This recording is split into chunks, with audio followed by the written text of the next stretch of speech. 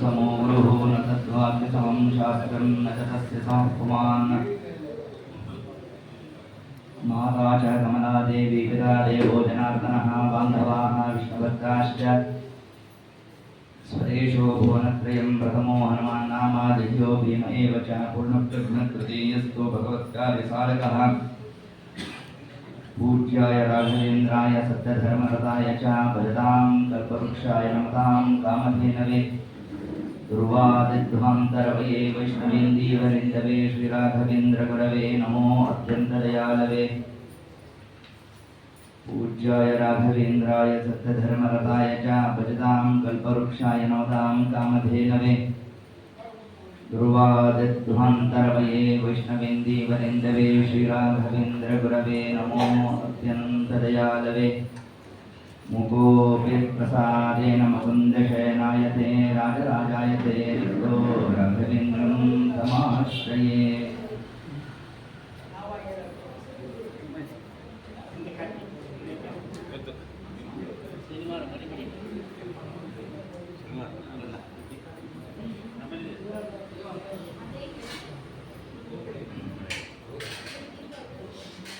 कल्याणाय कामितार्थप्रदायिने श्रीमद्वेङ्कटनाथाय श्रीनिवासाय मङ्गलं ब्रह्मरुद्रादिवन्द्यं त्वां भजे वेङ्कटनायकं निवारयस्व निष्ठानि सादेष्ठानि माधव श्रीगुरुभ्यो नमः हरिः ओम्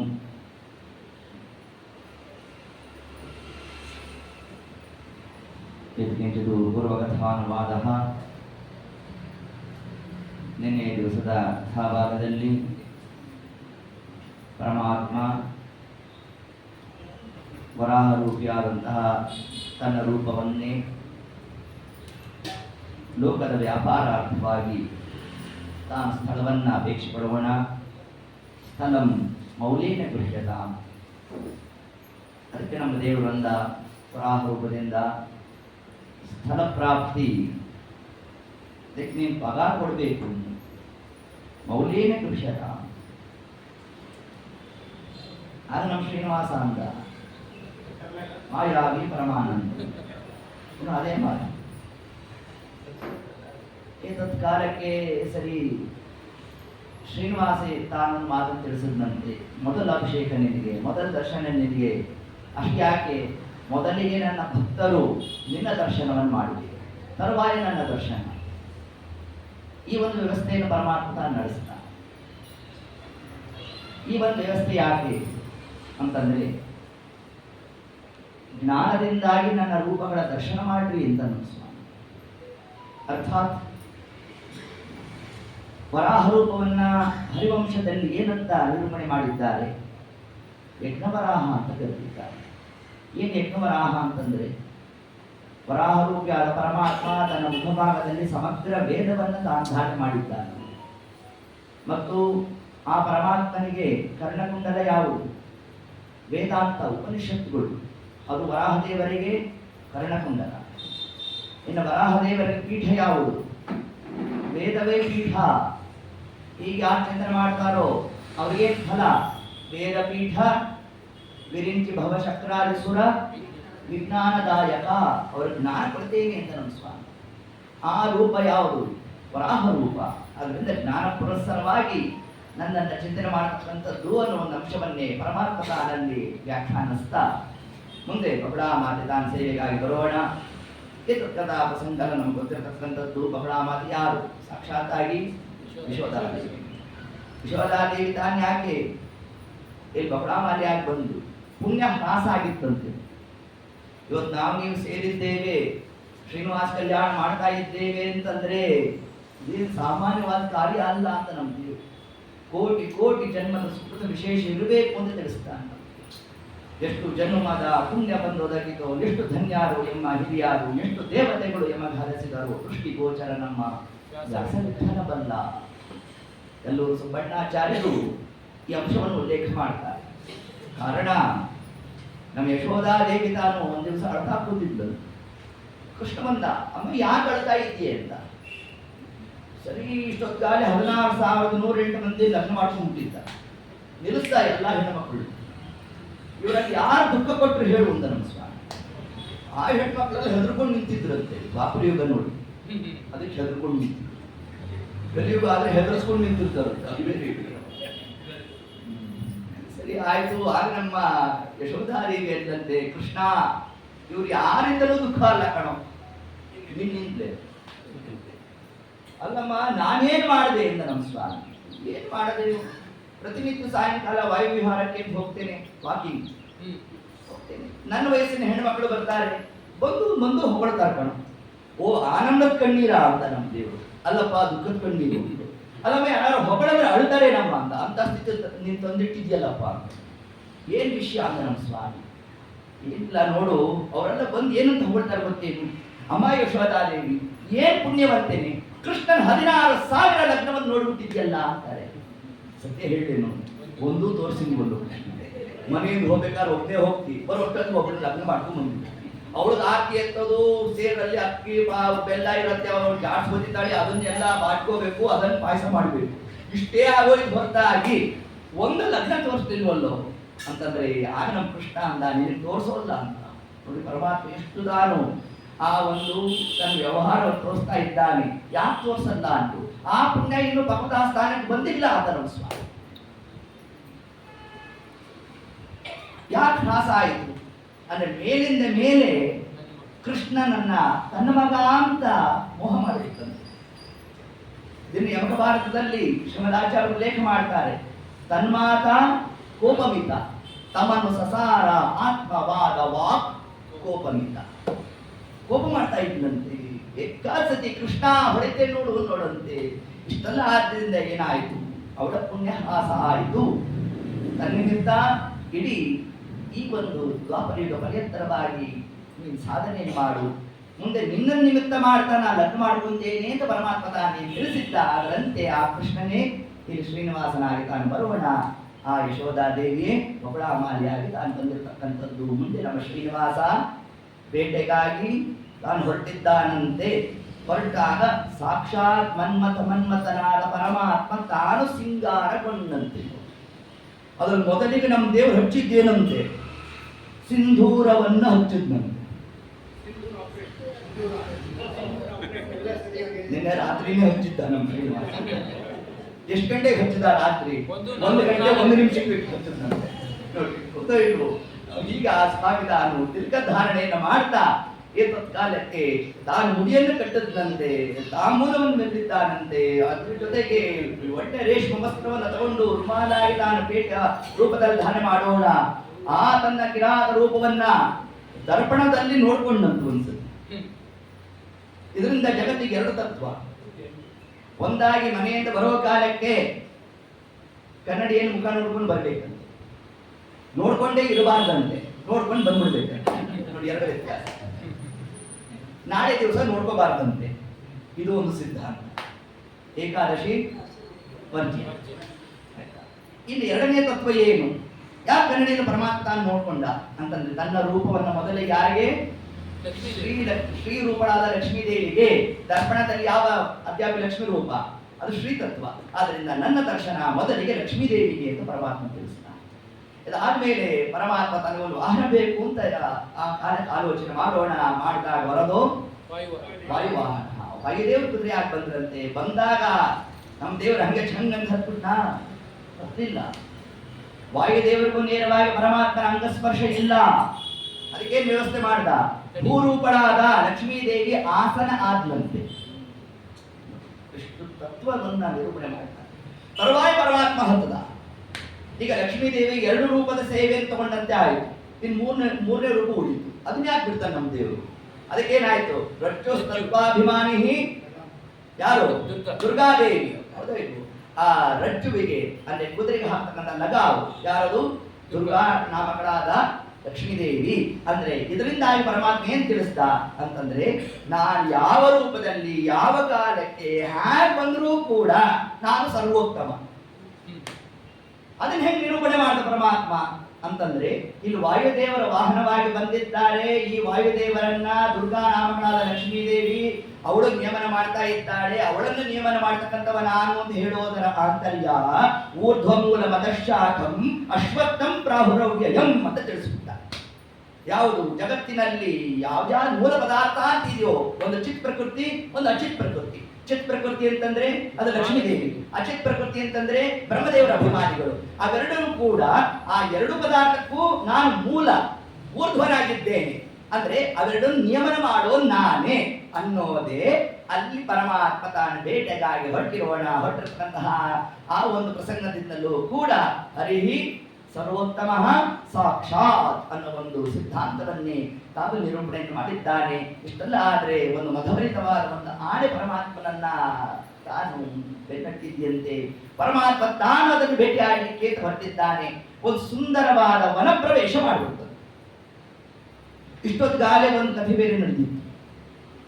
ಈ ನಾರದರು ಪದ್ಮಾವತಿ ಇರ್ತಕ್ಕಂಥ ಸುಂದರವಾದ ವನಕ್ಕೆ ತಾವು ಹೋದಾಗ ನೋಡಮ್ಮ, ನಾನು ಎಲ್ಲ ಭಾರಿ ಜ್ಯೋತಿಷ್ಯ ಎಲ್ಲಿ ನಿಮ್ ಕೈ ಕೊಡು ನೋಡಿದ್ರು. ಸಾಕ್ಷಾತ್ ಪರಮಾತ್ಮನ ದರ್ಶನ ಆಗೋಯ್ತು. ಜಗಸ್ವಾಮಿ ಆ ಪರಮಾತ್ಮನೇ ನಿನಗೆ ಪತಿಯಾಗಿ ಬರ್ತಾನಮ್ಮ ಅಂತ ಇಷ್ಟೆಲ್ಲ ತಾವು ತಿಳಿಸಿದ್ದಾರೆ.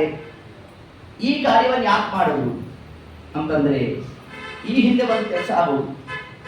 ಪರಮಾತ್ಮನಿಗೆ ಶಾಪ ಕೊಟ್ಬಿಡಿ.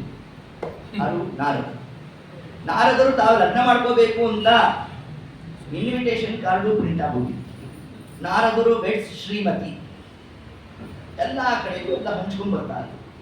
ವೈಕುಂಠ ಲೋಕಕ್ಕೂ ಹೋದ್ರು. ಸ್ವಾಮಿ ಲಗ್ನಕ್ಕೆ ಬರಬೇಕು.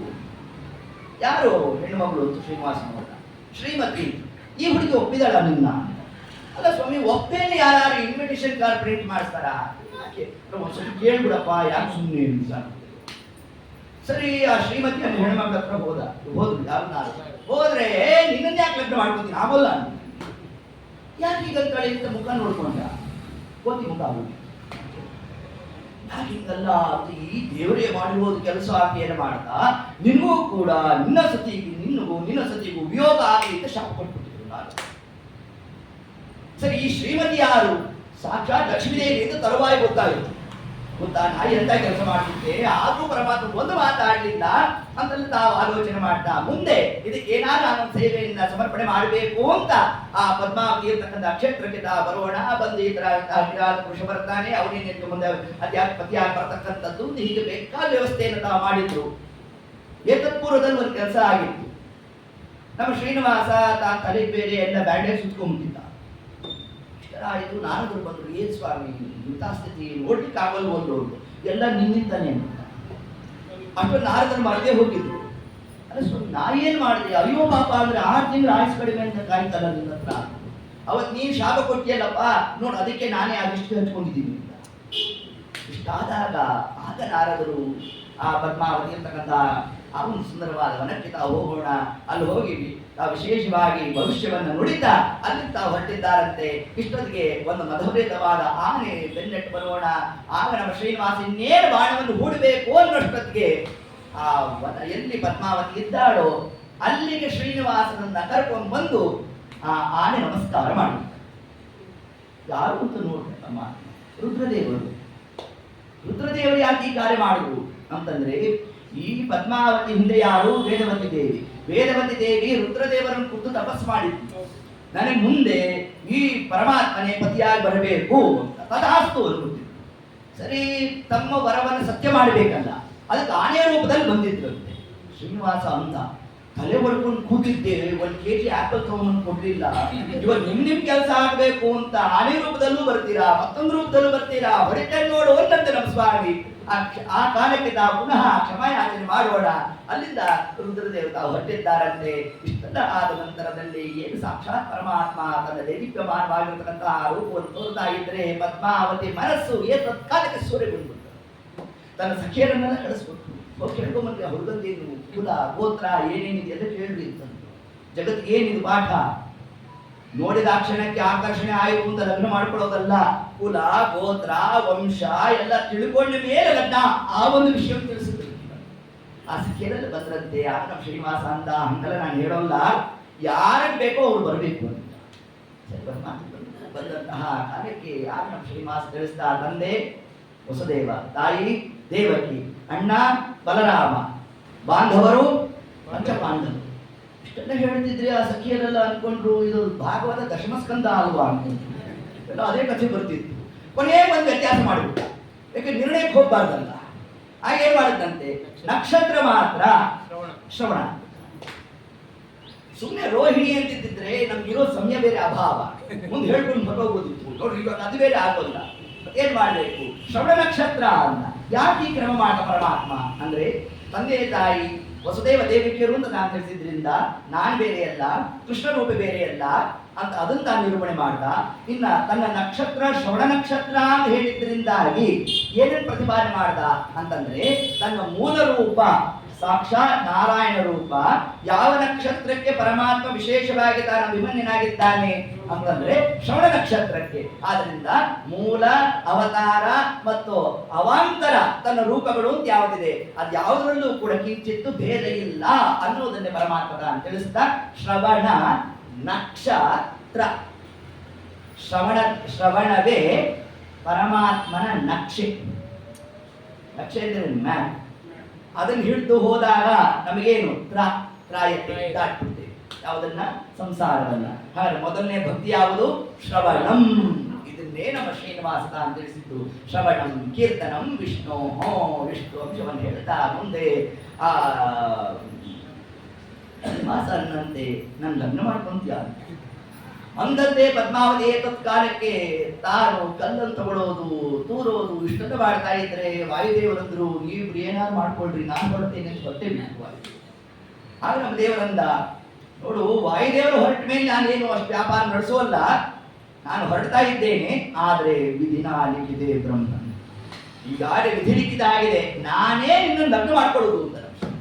ಇಷ್ಟಂದ ತಾನು ಹೋಗಿ ಮನೆಯಲ್ಲಿ ಏನ್ ಮಾಡತ್ತಂತೆ, ಗುಬ್ರಾಪ ಮಲ್ಕು. ಇವತ್ತು ಲೋಕದಲ್ಲಿ ಅದೇ ಬಂದದ್ದು. ಮಕ್ಕಳಿಗೆ ಏನಾದ್ರು ಬೇಕು ಅಂದ್ರೆ ಏನ್ ಮಾಡ್ತಾರೆ, ನೋಡಿ ಒಂದು ಮುಸ್ಲಾಕ್ ಮಲ್ಕೊಂಡ್ಬಿಡ್ತಾರೆ. ಇದು ಯಾರಿಂದ ಬಂದದ್ದು, ವಿಮನಾದ ಪರಮಾತ್ಮನಿಂದ ಬಂದದ್ದು. ಸರಿ ಗೊಬ್ಬರ ಮಾಡ್ತೇನೆ ನಾನು ಬಂದಾಗ ಅಲ್ಲೋ ಶ್ರೀನಿವಾಸ, ಯಾಕಪ್ಪ ಏನ್ ನೋಡಿದ್ಯೋ, ಎಲ್ಲಾದ್ರೂ ಮನೆ ಬೇರೆ ಅಮಾವಾಸ್ಯೆ ಬೇರೆ ಬಂದಿತ್ತು, 3 ದಾರಿ ಸೇರೋ ಕಡೆ ಎಲ್ಲಾರು ದಾಟಿದ್ಯೋ ಏನೋ, ಯಾವ ಶಾಚಿದ್ಯೋ, ಯಾವುದು ಶಿಖಂಡಿ ಯಾರನ್ನಾರು ನೋಡಿದ್ಯೋ ಏನು, ಬೇಕಾದ ಏನ್ ಹೇಳಿದ್ರು ಕೂಡ ಒಂದು ಮಾತಾಡಲಿಲ್ಲ ಸ್ವಾಮಿ. ಸರಿಯಪ್ಪ ನೀನ್ ಊಟ ಮಾಡೋಲ್ಲ ಅಂದ್ರೆ ನಾನು ಇವತ್ತು ರಾತ್ರಿ ಉಪವಾಸ ಮಲಗ್ತೇನೆ ಅಂತ. ಆಗ ಮುಸುಕ್ ತೆಗೆದ. ಯಾಕೆ ಆ ಕಾರ್ಯ ಮಾಡಲ್ಲ ಅಂತಂದ್ರೆ, ಯಾವತ್ತು ಉಪವಾಸ ಮಾಡ್ತೀನಿ ಅಂತ ಅನ್ಬೇಡಮ್ಮ ಅಂತ. ನರಕ ಪ್ರಾಪ್ತಿ ಆಗುತ್ತೆ. ಯಾವತ್ತು ಮಾಡಬೇಕೋ ಅವತ್ತು ಮಾಡಲೇಬೇಕು, ಯಾವತ್ತು ಮಾಡಬಾರದು ಅವತ್ತು ಮಾಡಬಾರದು. ಇದನ್ನೇ ಸಂಕಟ ಚತುರ್ಥಿಗನೆನಿಸಿ ಅಹಿತಾರ್ಥಗಳ ಕೊಟ್ಟು ಮಂಕುಗಳನ್ನು ಮೋಹಿಸುವೆ ಜನರಿಗೆ, ಲೋಕದಳು ಹರಿಕಥಾಮೃತ ಸಾರ. ಗಣಪತಿ ಸಂಧಿಯಲ್ಲಿ ವಿಶೇಷವಾಗಿ ಸ್ತೋತ್ರ ಸಂಧಿಯಲ್ಲಿ ಇದನ್ನ ತಿಳಿಸಿರ್ತಕ್ಕಂಥದ್ದು. ಉಳಿದಂತಹ ದಿವಸದಲ್ಲಿ ಸರ್ವಥಾ ಉಪವಾಸಾದಿಗಳಿಗೆ ವರ್ಜ್ಯ ಅನ್ನೋ ಅಂಶವನ್ನು ಕೂಡ ಪರಮಾತ್ಮ ತಾನು ತಿಳಿಸಿದ್ದಾನೆ. ಮತ್ತೇನಿಲ್ಲಮ್ಮ ನೋಡು, ನಾನು ನೀನು ಹೇಳಿದ ಮಾಸತ್ಯ, ಒಬ್ಬ ಹೆಣ್ಮಗಳನ್ನು ನೋಡಿದ್ದೇನೆ, ಹೌದೇನೋ, ಯಾರು ಶ್ರೀನಿವಾಸ ಅಂತ ಬೇಕಾದ ತಾನಲ್ಲಿ ಆನಂದವನ್ನು ವ್ಯಕ್ತಪಡಿಸ್ತಾ ಇದ್ರೆ ಮಾಲೆ ಅನ್ಕೊಂಡು ಯಾವ್ದು ಋಷಿಕುಮಾರಿ ಇರಬೇಕು, ಹೋಗಿ ಮಾತಾಡಿ ಕೆಲಸವನ್ನ ಸಫಲ ಮಾಡೋಣ ಅಂತ ಹೋದ್ರೆ ರಾಜಕುಮಾರಿ ಇರ್ಬಿಟ್ಟಾರೆ. ಆಗ ಬಬ್ರಾಮಾತೆ ಅಂದಂತೆ, ಅಲ್ಲೋ ಶ್ರೀನಿವಾಸ ಅವರೆಲ್ಲಿ ನಾವೆಲ್ಲಿ, ಎಲ್ಲಿಂದ ಸ್ವಾಮಿ ಕೊಡುತ್ತಪ್ಪ ಅದಿಷ್ಟ ತಾನಂದ್ರೆ ಆ ಹಿಂದೆ ನಡೆದಂತ ಎಲ್ಲ ಪ್ರಸಂಗವನ್ನು ಏತತ್ಕಾಲಕ್ಕೆ ಪರಮಾತ್ಮ ತಾನು ತಿಳಿಸ್ತಾ ಇದ್ದಾನಂತೆ. ತಿಳಿಸಿರ್ತಕ್ಕಂತಹ ಕಾಲಕ್ಕೆ ಬಬ್ರಾಮಾತೆ ಹೇಳ್ದ, ಅಮ್ಮ ನೋಡು, ನೀನು ಒಂದು ಕೆಲಸ ಮಾಡು, ಈಗ ಕಪಿಲ ತೀರ್ಥಕ್ಕೆ ಹೋಗು, ಅಲ್ಲಿ ಸ್ನಾನ ಮಾಡು, ಕಪಿಲೇಶ್ವರನ ದರ್ಶನ ಮಾಡು, ಅಲ್ಲಿಂದ ಮುಂದಕ್ಕೆ ಹೋಗ್ತಾ ಶುಕಮುನಿಗಳ ಆಶ್ರಮ ಇದೆ, ಅಲ್ಲಿ ಹೋಗಿ ಅವರ ದರ್ಶನ ಮಾಡು, ತರುವಾಯ ನಿನಗೆ ಎಲ್ಲ ವ್ಯವಸ್ಥೆ ಆಗುತ್ತೆ ಅಂತ ಪರಮಾತ್ಮ ತಾನು ತಿಳಿಸ್ತಾ ಇಷ್ಟೊತ್ತಿಗೆ ಆ ಬಬ್ರಾಮಾತೆ ತಾನು ಹೊರಟಿದ್ದಾಳಂತೆ. ನಮ್ಮ ದೇವರನ್ನ ಯಾವುದೇ ಕೆಲಸಕ್ಕೂ ಕೂಡ ಮೊದಲಿಗೆ ಸ್ತ್ರೀಯರನ್ನ ಕಳಿಸಬಾರದು ಅಂತ. ಈಗ ಲೋಕದಲ್ಲಿ ಕ್ರಮ ಏನು, ಲೇಡೀಸ್ ಫಸ್ಟ್ ಅಂತ, ನಮ್ಮ ದೇವರಂತ ಅಲ್ಲ, ಬೇಡ. ಅದಕ್ಕಾಗಿ ತಾನೇನು ಮಾಡಿದ್ನಂತೆ, ತಾನೇ ಸ್ತ್ರೀ ರೂಪಧಾರೆ. ಏನ್ರಿ ಇದು ಅಂತಂದ್ರೆ, ಇದರಿಂದ ಜಗತ್ತಿಗೆ ಒಂದು ಪಾಠ ತಿಳಿಸ್ತಾ ಪರಮಾತ್ಮ, ಸಮಸ್ತವಾದ ಎಲ್ಲಾ ಜೀವರು ಸ್ತ್ರೀ ಶಬ್ದವಾಚ್ಯ. ಕಾರಣ ಅಸ್ವತಂತ್ರರು ಅನ್ನೋದರ ಅರ್ಥ.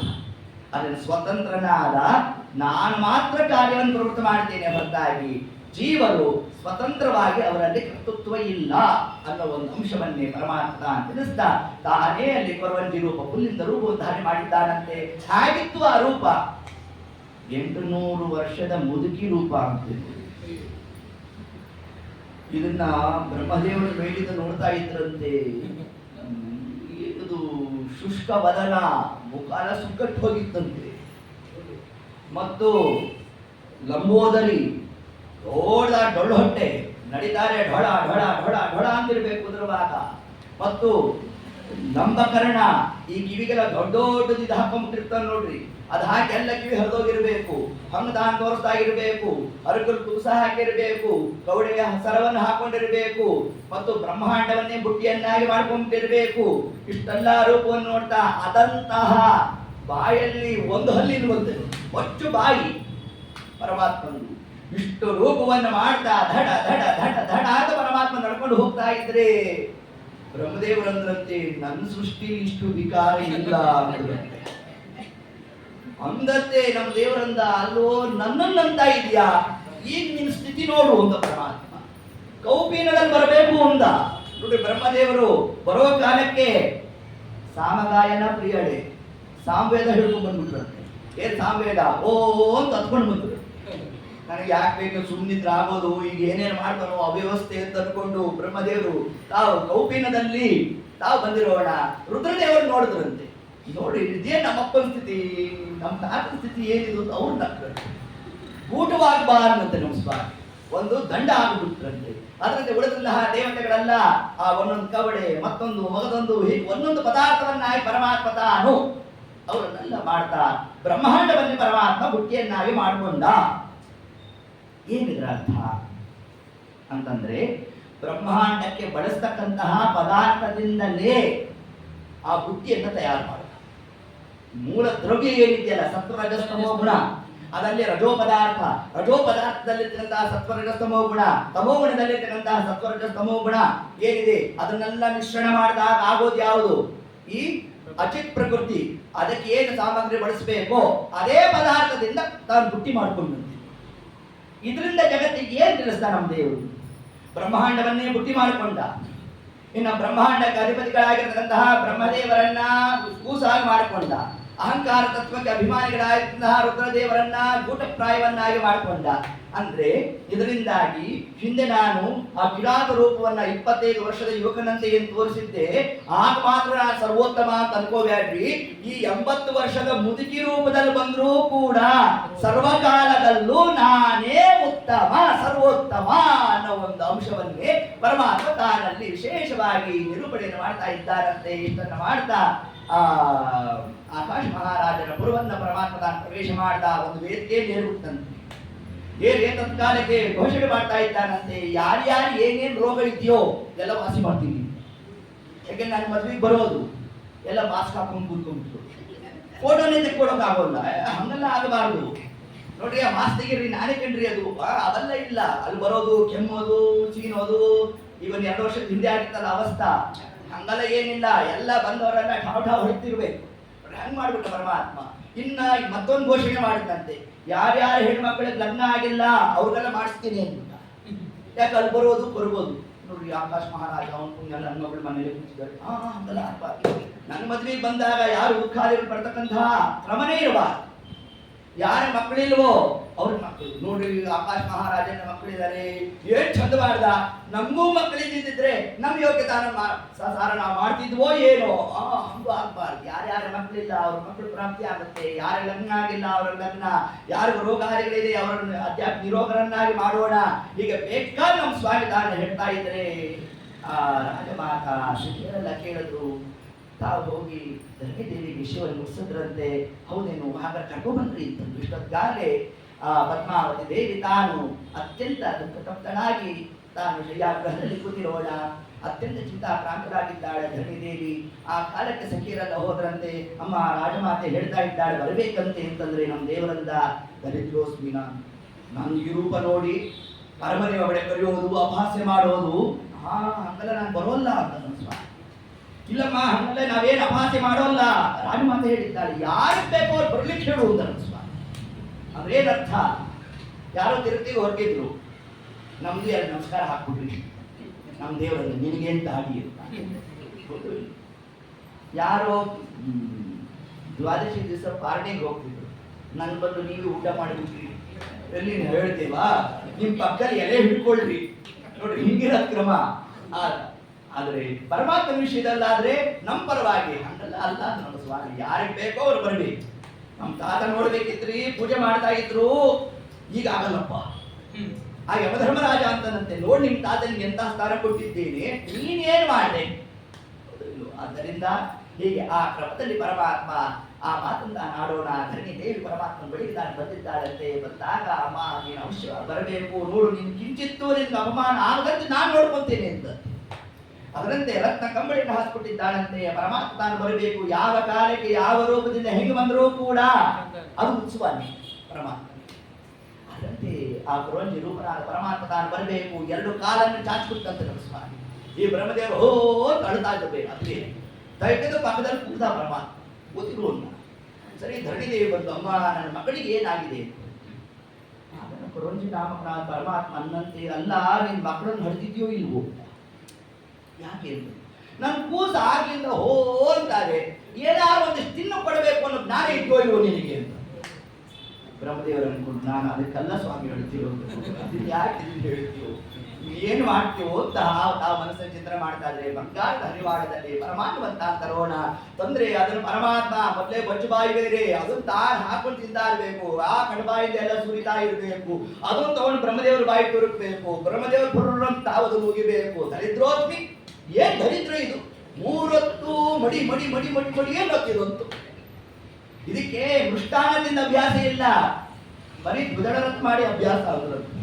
ಯಾವುದು ಬರೀ ಗೆಡ್ಡೆ ಗೆಣಸು ಅದನ್ನ ತಿನ್ಕೊಂಡೇ ಇದಕ್ಕೆ ಅಭ್ಯಾಸ ಅಂತ. ಪರಮಾತ್ಮ ಒಂದು ಹೊಡೆದ್ನಂತೆ ಆ ಕಾಲಕ್ಕೆ. ಯಾಕೆ ಹೊಡೆದ ಪರಮಾತ್ಮ ಅಂತಂದ್ರೆ, ಬ್ರಹ್ಮಾದಿ ದೇವತೆಗಳನ್ನು ನಿಯಮನ ಮಾಡೋನು ನಾನೇನದನ್ನು ತಿಳಿಸದಂತೆ. ಕದ್ಯೋ ತೋಪಮ ವಿಶ್ವಲಿಂಗ ಭಸ್ತ ಚಕ್ರೋತ್ತರ. ನೋಡಿ, ಆ ತತ್ವವನ್ನು ಅಲ್ಲಿ ನಿರೂಪಣೆ ಮಾಡುತ್ತ ಆ ಬ್ರಹ್ಮದೇವರಂದ್ರು, ಸ್ವಾಮಿ ಹೊಡಿ ಬಡಿ ಕಡಿ. ಆದರೆ ವೇದಾದಿಗಳು ಹೇಳಿರ್ತಕ್ಕಂಥ ಆ ಕ್ರಮದಿಂದ ಸರ್ವಥಾ ನಾನು ವಿಮುಖನ ಆಗೋದು ಒಂದು. ಏನು ಬ್ರಹ್ಮದೇವರ ಸ್ಥಾನ ಎಂತದ್ದು, ಮಾನುಷ ಅನ್ನವನ್ನ ಸ್ವೀಕಾರ ಮಾಡಲಿಕ್ಕಿಲ್ಲ. ವಾಯು ಪದವಿ ಉಂಟು, ವಾಯುದೇವರ ಪದವಿಯಲ್ಲಿ ಭಾರಿ ತಿನ್ನೋದೇ ಒಂದು ರೂಪ. ಯಾವುದು? ಭೀಮಾವತಾರ, ಭಾರಿ ತಿನ್ನೋದು. ಅದು ನಾವು ಹೇಳೋ ಮಾತಲ್ಲ, ಬಳಿತಾ ಸುತ್ತ ಹೇಳುತ್ತೆ. ವೃಕ್ಷೋಪುಹು ಪಿತುಮಾನ್ ನಿತ್ಯ ಆಶೆ ಪಿತಿಯಮ ಸಪ್ತಾಶಿ ವಾಸು ಮಾತೃಷು. ಪಿತುಮಾನ್ ಅಂದ್ರೇನು? ಭಾರಿ ಅನ್ನವನ್ನ ತಿಂದಂತಹ ರೂಪ. ಬಂಟಿ ಅನ್ನವನ್ನುಂಡಿತು ಕೂಸು, ವಿಷದ ಲಡ್ಡಿಗೆಯ ಉಂಡಿತು ಕೂಸು. ಬರೀ ತಿಂದಿದ್ ಮಾತ್ರ ಅಲ್ಲ ಅಂದ್ರು ಪಂಡಿತಾಚಾರ್ಯ. ಭುಕ್ತಂ ಚೀರ್ಣ ಪರಿಪಂಥಿ ತತ್ವಂ ವಿಷಂ ವಿಷಣ್ಣು. ನೀವು ವಿಷ ಕೊಟ್ಟರೂ ತಿಂದ್ರಂತೆ, ಅನ್ನ ಕೊಟ್ಟರೂ ತಿಂದ್ರಂತೆ. ಮಾನುಷ ಅನ್ನ ಕೊಡ್ರಿ ಇರ್ತದೆ. ಮಧ್ವಾವತಾರದಲ್ಲೂ ಕೂಡ ಉಂಡಿದ್ದ. ಎಷ್ಟು? ನೇಂದ್ರ ಬಾಳೆಹಣ್ಣು ತಿಂದ್ರಂತೆ ಒಂದು ಗೊನೆ. ನೀವು ಇವತ್ತು ರಾತ್ರಿ ತಿನ್ಬಿಟ್ರೆ ಇನ್ನು ನಾಡಿದ್ದು ಬೆಳಗ್ಗೆ ತನಕ ನಿಮ್ಗೆ ಹಸುವಲ್ಲ. ಯಾಕೆ ದಶಮಿ ತಾನೆ, ಇನ್ನು ನಾಡಿದ್ದು ತನಕ ಏನು ಅಲ್ಲಾಡೋದು ಒಂದೇ ಒಂದು ನೇಂದ್ರ ಬಾಳೆ ಅಂಥದ್ದು. ಇಡೀ ಗೊನೆ ತಾವು ಭೋಜನ ನಂತರ ಸ್ವೀಕಾರ ಮಾಡಿದ್ರಂತೆ. ಅಂದ್ರೆ ಇದರ ಆಂತರ್ಯ ನಮ್ಗೇನ್ ತಿಳಿಸ್ತಾ ಇದ್ದಾರೆ ಅಂತಂದ್ರೆ, ವಾಯು ಪದವಿಯಲ್ಲಿರ್ತಕ್ಕಂಥವರು ಮಾನುಷ ಅನ್ನವನ್ನು ಸ್ವೀಕಾರ ಮಾಡಲಿಕ್ಕೆ ಪರಮಾತ್ಮ ಅವಕಾಶ ಕೊಟ್ಟಿದ್ದಾನೆ. ಆದರೆ ಬ್ರಹ್ಮ ಪದವಿ ಬಂದಿರತಕ್ಕಂಥವರು ಸರ್ವಥಾ ಸ್ವೀಕಾರ ಮಾಡಲಿಕ್ಕಿಲ್ಲ. ಈ ಒಂದು ಅಂಶದಿಂದ ಹಾಗೂ ಬ್ರಹ್ಮದೇವರು ತಾವದನ್ನು ಉಗುಳೋಣ. ಇದರಿಂದ ನಮಗೇನು ಸಿದ್ಧಾಂತ ಅಂತಂದ್ರೆ, ನೋಡ್ರಿ, ತಿರುಪ್ತಿಗೆ ಹೋಗಿರ್ತೇವೆ, ಆ ಮಹಾಕ್ಷೇತ್ರ ಸ್ವಯಂ ಕ್ಷೇತ್ರಗಳು, ಅಲ್ಲೂ ಕೂಡ ಏಕಾದಶಿಯಲ್ಲೂ ಕೂಡ ಅನ್ನ ನೈವೇದ್ಯ ಇದೆ. ಅನ್ನ ವಿತರಣೆ ಮಾಡ್ತಾರೆ. ಉಡುಪಿಯಲ್ಲೂ ಅನ್ನ ನೈವೇದ್ಯ ಇದೆ, ವಿತರಣೆ ಇಲ್ಲ. ಅಲ್ಲಿ ತಿರುಪ್ತಿಯಲ್ಲಿ ವಿತರಣೆ ಇದೆ. ಸರಿ, ಇವನು ಅತ್ಯಂತ ಶ್ರಾಂತನಾಗಿದ್ದ. ಶ್ರೀನಿವಾಸನ ದರ್ಶನ ಮಾಡಿ ಏಕಾದಶಿ ಅಲ್ಲಿ ಘಮ ಘಮ ಘಮ ಘಮ ಅಂತ ಪೊಂಗಲ್ ಕೊಟ್ಟು, ಭೂವೈಕುಂಠ ಕ್ಷೇತ್ರ ಅಲ್ವಾ, ತಗೋಬಹುದು ಅನ್ಸತ್ತೆ ಅಂತ ಜಿಜ್ಞಾಸ ಮಾಡ್ತಿದ್ದ. ದೇವರೆಟ್ಟಂತ ಬಂದ್ಬಿಟ್ಟ ಇನ್ನು ಮುಂದೆ ತಗೋ ಅಂತ. ನಮ್ಮ ದೇವರು ನಮ್ಗೇನಾರ ಹಂಗಂದಿದ್ರೆ ಹಂಡೇನೆ ಎಳ್ಕೊಂಡ್ಬಿಟ್ಟಿದ್ಬೋದು. ಹಂಗೆ ಎಳ್ಕೊಬೇಡ್ರಿ. ಬ್ರಹ್ಮದೇವರಂದ್ರು, ಹಂಗೆಲ್ಲ ಮಾಡ್ಲಿಕ್ಕೆ ಹೋಗ್ಬೇಡಿ. ಅಲ್ಲ, ದೇವರೇ ಹೇಳಿದ್ನಲ್ಲ, ದೇವ್ರು ಹೇಳ್ತಾನೆ ಬೇಕಾದ್ದು. ಆದರೆ ವೇದ ಏನ್ ತಿಳಿಸ್ತಾರೆ? ವೇದ ಪ್ರಣಹಿತೋ ಧರ್ಮ. ವೇದಾದಿಗಳೇನು ಹೇಳುತ್ತೆ ಅದಕ್ಕೆ ನಾವು ಬದ್ಧರಾಗಿರ್ಬೇಕು. ನಭೋಕ್ತವ್ಯಂ ನಭೋಕ್ತವ್ಯಂ ಹರಿವಾಸರೆ ನಭೋಕ್ತವ್ಯಂ ವೇದ ತಿಳಿಸಿದೆ. ಆಗ ದೇವರು ಹೇಳ್ಬೇಕಂತೆ, ಸ್ವಾಮಿ ನಾನು ಸ್ವೀಕಾರ ಮಾಡ್ಬೇಕು ತಾನೆ, ಸ್ವೀಕಾರ ಮಾಡಿ. ಅಲ್ಲಿ ಒಂದೇ ಒಂದು ಲೈನ್ ತಿದ್ದುಪಡಿ ಮಾಡಿ. ಭೋಕ್ತವ್ಯಂ ಇದು ಭೋಕ್ತವ್ಯಂ ಹರಿಕ್ಷೇತ್ರೇ ಭೋಕ್ತವ್ಯಂ. ನಮ್ಮ ದೇವ್ರು ಅಂತಂದ್ರೆ ಅವನ್ನ ಮಾಡ್ಲಿಕ್ಕೆ ಆಗೋಲ್ಲಪ್ಪ, ನಾನು ತಗೊಳ್ಳಿಕ್ಕೆ ಆಗೋಲ್ಲಪ್ಪ, ನೋಡಿ ನಿಮ್ಗುತ್ರ ಕೊಡ್ಬೇಕು ಅಂತ ದೇವ್ರು. ಅದನ್ನು ಬ್ರಹ್ಮದೇವರು ಮಾಡಿದ್ದಲ್ಲಿ ನೋಡಿ ಇಷ್ಟು ಅಂಶವನ್ನು ಹೇಳ್ತಾ ಆ ಪರಮಾನ್ನಾದಿಗಳನ್ನೆಲ್ಲ ಸ್ವೀಕಾರ ಮಾಡಿದ್ದಾಯ್ತು ನಮ್ಮ ಸ್ವಾಮಿ. ಬೇಕಾದೆಲ್ಲ ನಡೆದ ಮೇಲೆ ಮುಂದೆ ಅಮ್ಮ ನನ್ನ ಮಗಳಿಗೆ ಏನಾಯಿತು ಅಂತ ನಮ್ಮ ದೇವರನ್ನ ನೋಡು, ಒಳ್ಳೆ ಮೃಷ್ಟಾನ್ನ ಭೋಜನ ಮಾಡಿಸಿದ್ದಿ, ಹಿರಿಮುತ್ತೈದೆ ಬಂದಿದ್ದೀನಿ, ಬಾಗಿನ ಕೊಡಬೇಕು ಬ್ಯಾಡ್ಬೋ ನೀನು ಅಂತಂದ್ರೆ ಅದಕ್ಕೇನಂತಮ್ಮ ಬೇಕಾದ ಕೊಡ್ತೇನೆ ಅಂತ ಮುತ್ತು ರಕ್ತಗಳನ್ನ ತನ್ ಸುರಿದು ಬಿಟ್ಟಂತೆ. ದೇವತೆಗಳೆಲ್ಲ ಆಶ್ಚರ್ಯಪಟ್ಬಿಟ್ರಂತೆ. ಧರಣಿ ದೇವಿಯ ಸೌಭಾಗ್ಯ ಏನ್ರಿ, ಇನ್ನು ಮುಂದೆ ಆಗೋಲ್ಲ ಹಿಂದೆ ಆಗಿಲ್ಲ, ಪರಮಾತ್ಮನಿಗೆ ಆ ಒಂದು ಬಾಗಿನ ಕೊಡ್ತಕ್ಕಂಥ ಸೌಭಾಗ್ಯ ಧರಣಿ ದೇವಿಗೆ ಪರಮಾತ್ಮ ಅನುಗ್ರಹ ಮಾಡುತ್ತಲ್ಲ ಅದೆಲ್ಲ ಅನ್ಕೊಂತ ಇದ್ರೆ ಸರಿ. ಆ ಬಾಗಿನ ಪ್ರಕರಣ ಎಲ್ಲ ಮುಗಿಯಿತು. ಅದು ಮುಗಿಯೋಷ್ಟೊತ್ತಿಗೆ ಕೇಳಿದ್ರು ಪುನಃ, ಅಮ್ಮ ನನ್ನ ಮಗಳದು ಎಲ್ಲ ಆಗಿದೆ, ತಾಂಬೂಲ ತಗೊಂಬ. 16 ಪದಾರ್ಥಗಳನ್ನು ಹಾಕಿರೋದು, ನಮಗೆ 16 ಪದಾರ್ಥದ ಬುಟ್ಟಿ ಇಲ್ಲ, ನಮ್ಮಲ್ಲಿ ತಾಂಬೂಲ ಹಾಕೊಳ್ಳೋದು ನೋಡಿದ್ರೆ ದೇವರೇ ಗತಿ. ಸುಣ್ಣಾನ ಬಾಯಿಗೆ ಎಸ್ಕೊಂಡ್ಬಿಡೋದು, ಆಮೇಲೆ ಬಿಡದಲೆ ಬಾಯಿಗೆ ಹಾಕೊಳ್ಳೋದು, ಆಮೇಲೆ ಎಲ್ಲೋ ಬೋಟ್ ಅಡಿಕೆ ಎಲ್ಲೋ ಸಿಕ್ಕಿರುತ್ತೆ ಅದನ್ನು ಕುಟ್ಟೋದು, ಅದನ್ನ ಕೊಟ್ಟು ಲಡಕಂದು ಬಾಯಿಗೆ ಹಾಕೊಂಡ್ಬಿಡೋದು. ನೋಡಿ ಹಿಂಗೆಲ್ಲ ಅಲ್ಲ ಕ್ರಮ, ಅದು ಕ್ರಮ ಇದೆ.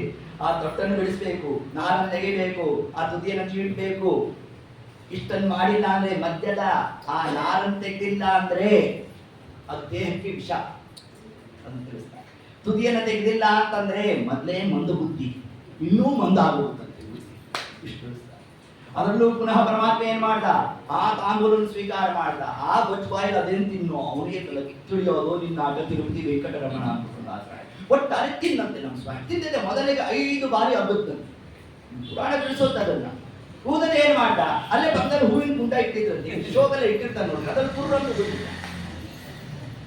ಯಾಕೆ ಹೀಗೆ ಮಾಡ್ದ ಅಂತಂದ್ರೆ ಮೊದಲನೇ ಬಾರಿಗೆ ನಾವು ಅದನ್ನ ಅಗದಾಗ ಬರ್ತಕ್ಕಂಥ ಜನ್ಯವಾದ ರಸ ಏನಿದೆ ಅದು ವಿಷ, ಅದನ್ನು ಸ್ವೀಕಾರ ಮಾಡಬಾರ್ದು. ಎಷ್ಟು ಅಂಶವನ್ನು ಪರಮಾತ್ಮ ತಾನು ತಿಳಿಸ್ತಾನೆ. ಇಷ್ಟೆಲ್ಲ ಕ್ರಮಾದಿಗಳೆಲ್ಲ ಆಯಿತು. ತರುವಾಯ ಪುನಃ ಅದೇ ಮಾತು, ಅಲ್ಲ ನನ್ನ ಮಗಳು ಈಗಲಾದರೂ ಮಂಗಲ ಸ್ನಾನ ಗುರು ಕಲ್ಯಾಣ, ಮಂಗಲ ಸ್ನಾನ ಮಾಡ್ಕೊಂಬ. ಹೆಂಗೆ ಬರೋದು, ಅಲ್ಲಿ ಜ್ಯೋತಿಷಿ ಕೇಳೋದು ಹಂಗಲ್ಲ, ಅಲ್ಲ ನಾನು ಬಹಳ ಮಡಿಯನ್ನಂತ ನಮ್ಮ ಸ್ವಾಮಿ ಆ ಕಾಲದಲ್ಲಿ ಅಂದದ್ದೇ. ಸರಿ ಹೋಗಿ ಮಂಗಲ ಸ್ನಾನ ಅಂದ್ರೆ ನವಭೃತ ಸ್ನಾನ ಕ್ರಮದಂತೆ ಅದಕ್ಕೆ ಒಂದೆಷ್ಟು ಅರಿಶಿಣವನ್ನು ಹಾಕಿರಬೇಕು, ತಾನು ಎಣ್ಣೆ ಹೆಣ್ಕೊಂಡಿರಬೇಕು. ಇಷ್ಟೆಲ್ಲ ಕ್ರಮಾದಿಗಳನ್ನು ಮಾಡಿ ಪುನಃ ಆ ಹೆಣ್ಮಗಳು ಯಾರ ಧರಣಿ ನಾನು ಬಂದಿದ್ದಾಳೆ. ಬಂದಾಗ ಈ ಹಿಂದೆ ಏನು ಆ ಬಾಗಿನವನ್ನು ಕೊಟ್ಟಿದ್ದಲ್ಲ ಅದರಲ್ಲಿ ಮುತ್ತು ರತ್ನ ಹವಳನ್ನ ತನ್ ಸುರಿದ್ಬಿಟ್ಟಿತ್ತು. ಇದರಲ್ಲಿ ಯಾವ್ದಾದ್ರು ಒಂದು ಮುಟ್ಟು ಅಂತಂತೆ. ಸರಿ, ಮುತ್ತೋ ರತ್ನ ಯಾವ್ದೋ ಒಂದು ಮುಟ್ಟು, ಮುತ್ತಿನಂತ ಅಳಿಯ ಬರ್ತಾನೆ ಅಂತ ಇದೇ ಭವಿಷ್ಯ ಸ್ವಾಮಿ. ಸರಿ ಅಲ್ಲಮ್ಮ ಹೀಗೆಲ್ಲ ಅಂದ್ರೆ ಆಗೋಲ್ಲ, ಸ್ವಲ್ಪ ವಿಸ್ತಾರ ಮಾಡುವಂತಂದ್ರೆ ನೋಡು, ನಿನ್ನ ಮಗಳ ಬೇರೆ ಏನು ಬಂದಿಲ್ಲ, ಕಾಮಜ್ವರ, ಅವಳಿಗೆ ಕಾಮ ಪೀಡಿತಳಾಗ್ಬಿಟ್ಟಿದ್ದಾಳೆ. ಅವಳಿಗೆ ನೋಡು ಒಬ್ಬ ಶ್ರೀನಿವಾಸ ಅಂತ ಒಬ್ಬ ಹುಡುಗ ಬರ್ತಾನೆ, ಅವನನ್ನು ಕೊಟ್ಟು ಲಗ್ನ ಮಾಡ್ಬೇಕು. ಅಲ್ಲ ಶ್ರೀನಿವಾಸ ಯಾರು, ಹೆಂಗು, ನಮ್ಗೆ ಎಲ್ಲಿಂದ ಹುಡುಕ್ಬೇಕು, ಅದಕ್ಕೆ ನಾನೆಲ್ಲ ವ್ಯವಸ್ಥೆ ಮಾಡ್ತೀನಿ. ನಾನು ಹೋಗೊಂದು ಸ್ವಲ್ಪ ಹೊತ್ತಿಗೆ ಒಬ್ಬ ಹೆಣ್ಮಗಳು ಬರ್ತಾಳೆ, ಬೊಬ್ಬಡಾಮಾಲೆ ಅಂತ, ನೋಡಿ ಸತ್ಕಾರ ಮಾಡಬೇಕು ಅಂತಂದ್ರೆ ಸ್ವಾಮಿ. ಯಾಕೆಂದ್ರೆ ಬೊಬ್ಬಡಾಮಾಲೆ ತಾನು ಹೋಗೋ ಕಾಲಕ್ಕೆ ಎಲ್ಲೋ ಶ್ರೀನಿವಾಸ, ನಾವು ನೋಡಿದ್ರೆ ಎಲ್ಲೋ ಒಂದು ಆಶ್ರಮದಲ್ಲಿರ್ತಕ್ಕಂಥವರು, ಅಲ್ಲಿ ನೋಡಿದ್ರೆ ರಾಜಮನೆತನ ರಾಜಪುತ್ರಿ, ನಾವು ಹೋಗಿ ಕೇಳೋರು, ಒಳಗಡೆ ಹೋದ್ರೆ ಯಾರು ಕರೆಯೋರು, ಆಗತ್ತೆ ಸ್ವಾಗತಂ ನಾಸ್ತಿ, ಹಿಂಗಾಗೋಗುತ್ತಪ್ಪ ಕೃಷ್ಣ. ನಾನು ಏನ್ ಮಾಡ್ಲೋ ಅಂತ ತಾನು ಮನಸ್ಸಲ್ಲಿ ಯೋಚನೆ ಮಾಡ್ತಾ ಇದ್ರೆ ಅದಕ್ಕೆ ನಮ್ಮ ದೇವರಂದ ಸಂಕಲ್ಪಯ ಮಾಸಸ ಅಶುದ್ಧ ಬುದ್ಧಿ, ನೀವು ಸಂಕಲ್ಪ ಮಾಡ್ರಿ, ಮಿಕ್ಕಿದ್ದೆಲ್ಲ ನಾನ್ ನೋಡ್ಕೊಂತೇನೆ ಅಂತ ನಮ್ಮ ಸ್ವಾಮಿ. ಅದರಂತೆ ಭವ್ಯವಾದ ಸ್ವಾಗತದಿಂದ ಆ ಬಬಡ ಮಾತೆ ಬರುವಂತಹ ಕ್ರಮವನ್ನು ಪರಮಾತ್ಮ ತಾನಲ್ಲಿ ವ್ಯವಸ್ಥೆ ಮಾಡಿದ್ದಾನಂತೆ. ಅಷ್ಟು ಹೇಳ್ತಾ ಸರಿ ನೋಡು ಶ್ರೀನಿವಾಸ ಅಂತ ಹುಡುಗ, ಅವನ ಬಗ್ಗೆ ಮುಂದೆ ಪರಿಚಯ ಎಲ್ಲ ಕೊಡ್ತಾರೆ, ಅವನನ್ನು ಕೊಟ್ಟು ಲಗ್ನ ಮಾಡಬೇಕು. ಇಲ್ಲ ಅಂದ್ರೆ ನಿನ್ನ ಮಗಳು ಅಂತಂದ ಪರಮಾತ್ಮ. ಇಲ್ಲ ಶಬ್ದ ಹೇಳ್ಬೇಡಮ್ಮ, ನೀನೇನೋ ನುಡಿಯುವುದು ಅದೇನೋ ಸತ್ಯ ಆಗೋದು, ಅವನು ಬೇಡ, ನಾನು ಏನು ಮಾಡ್ಬೇಕಷ್ಟು ಹೇಳು ಅಂತಂದ್ರೆ ಬಬಡ ಮಾಡಿ ಬರ್ತಾಳೆ. ಅದರಂತೆ ನೀನು ಮುಂದೆ ನೀನು ವರ್ತಮಾನವನ್ನು ನಡೆಸಬೇಕು ಅಂತ ಪರಮಾತ್ಮ ತಾನಲ್ಲಿ ಹೇಳ್ತಾ ಅಲ್ಲಿಂದ ಹೊರಟಿದ್ದಾನಂತೆ.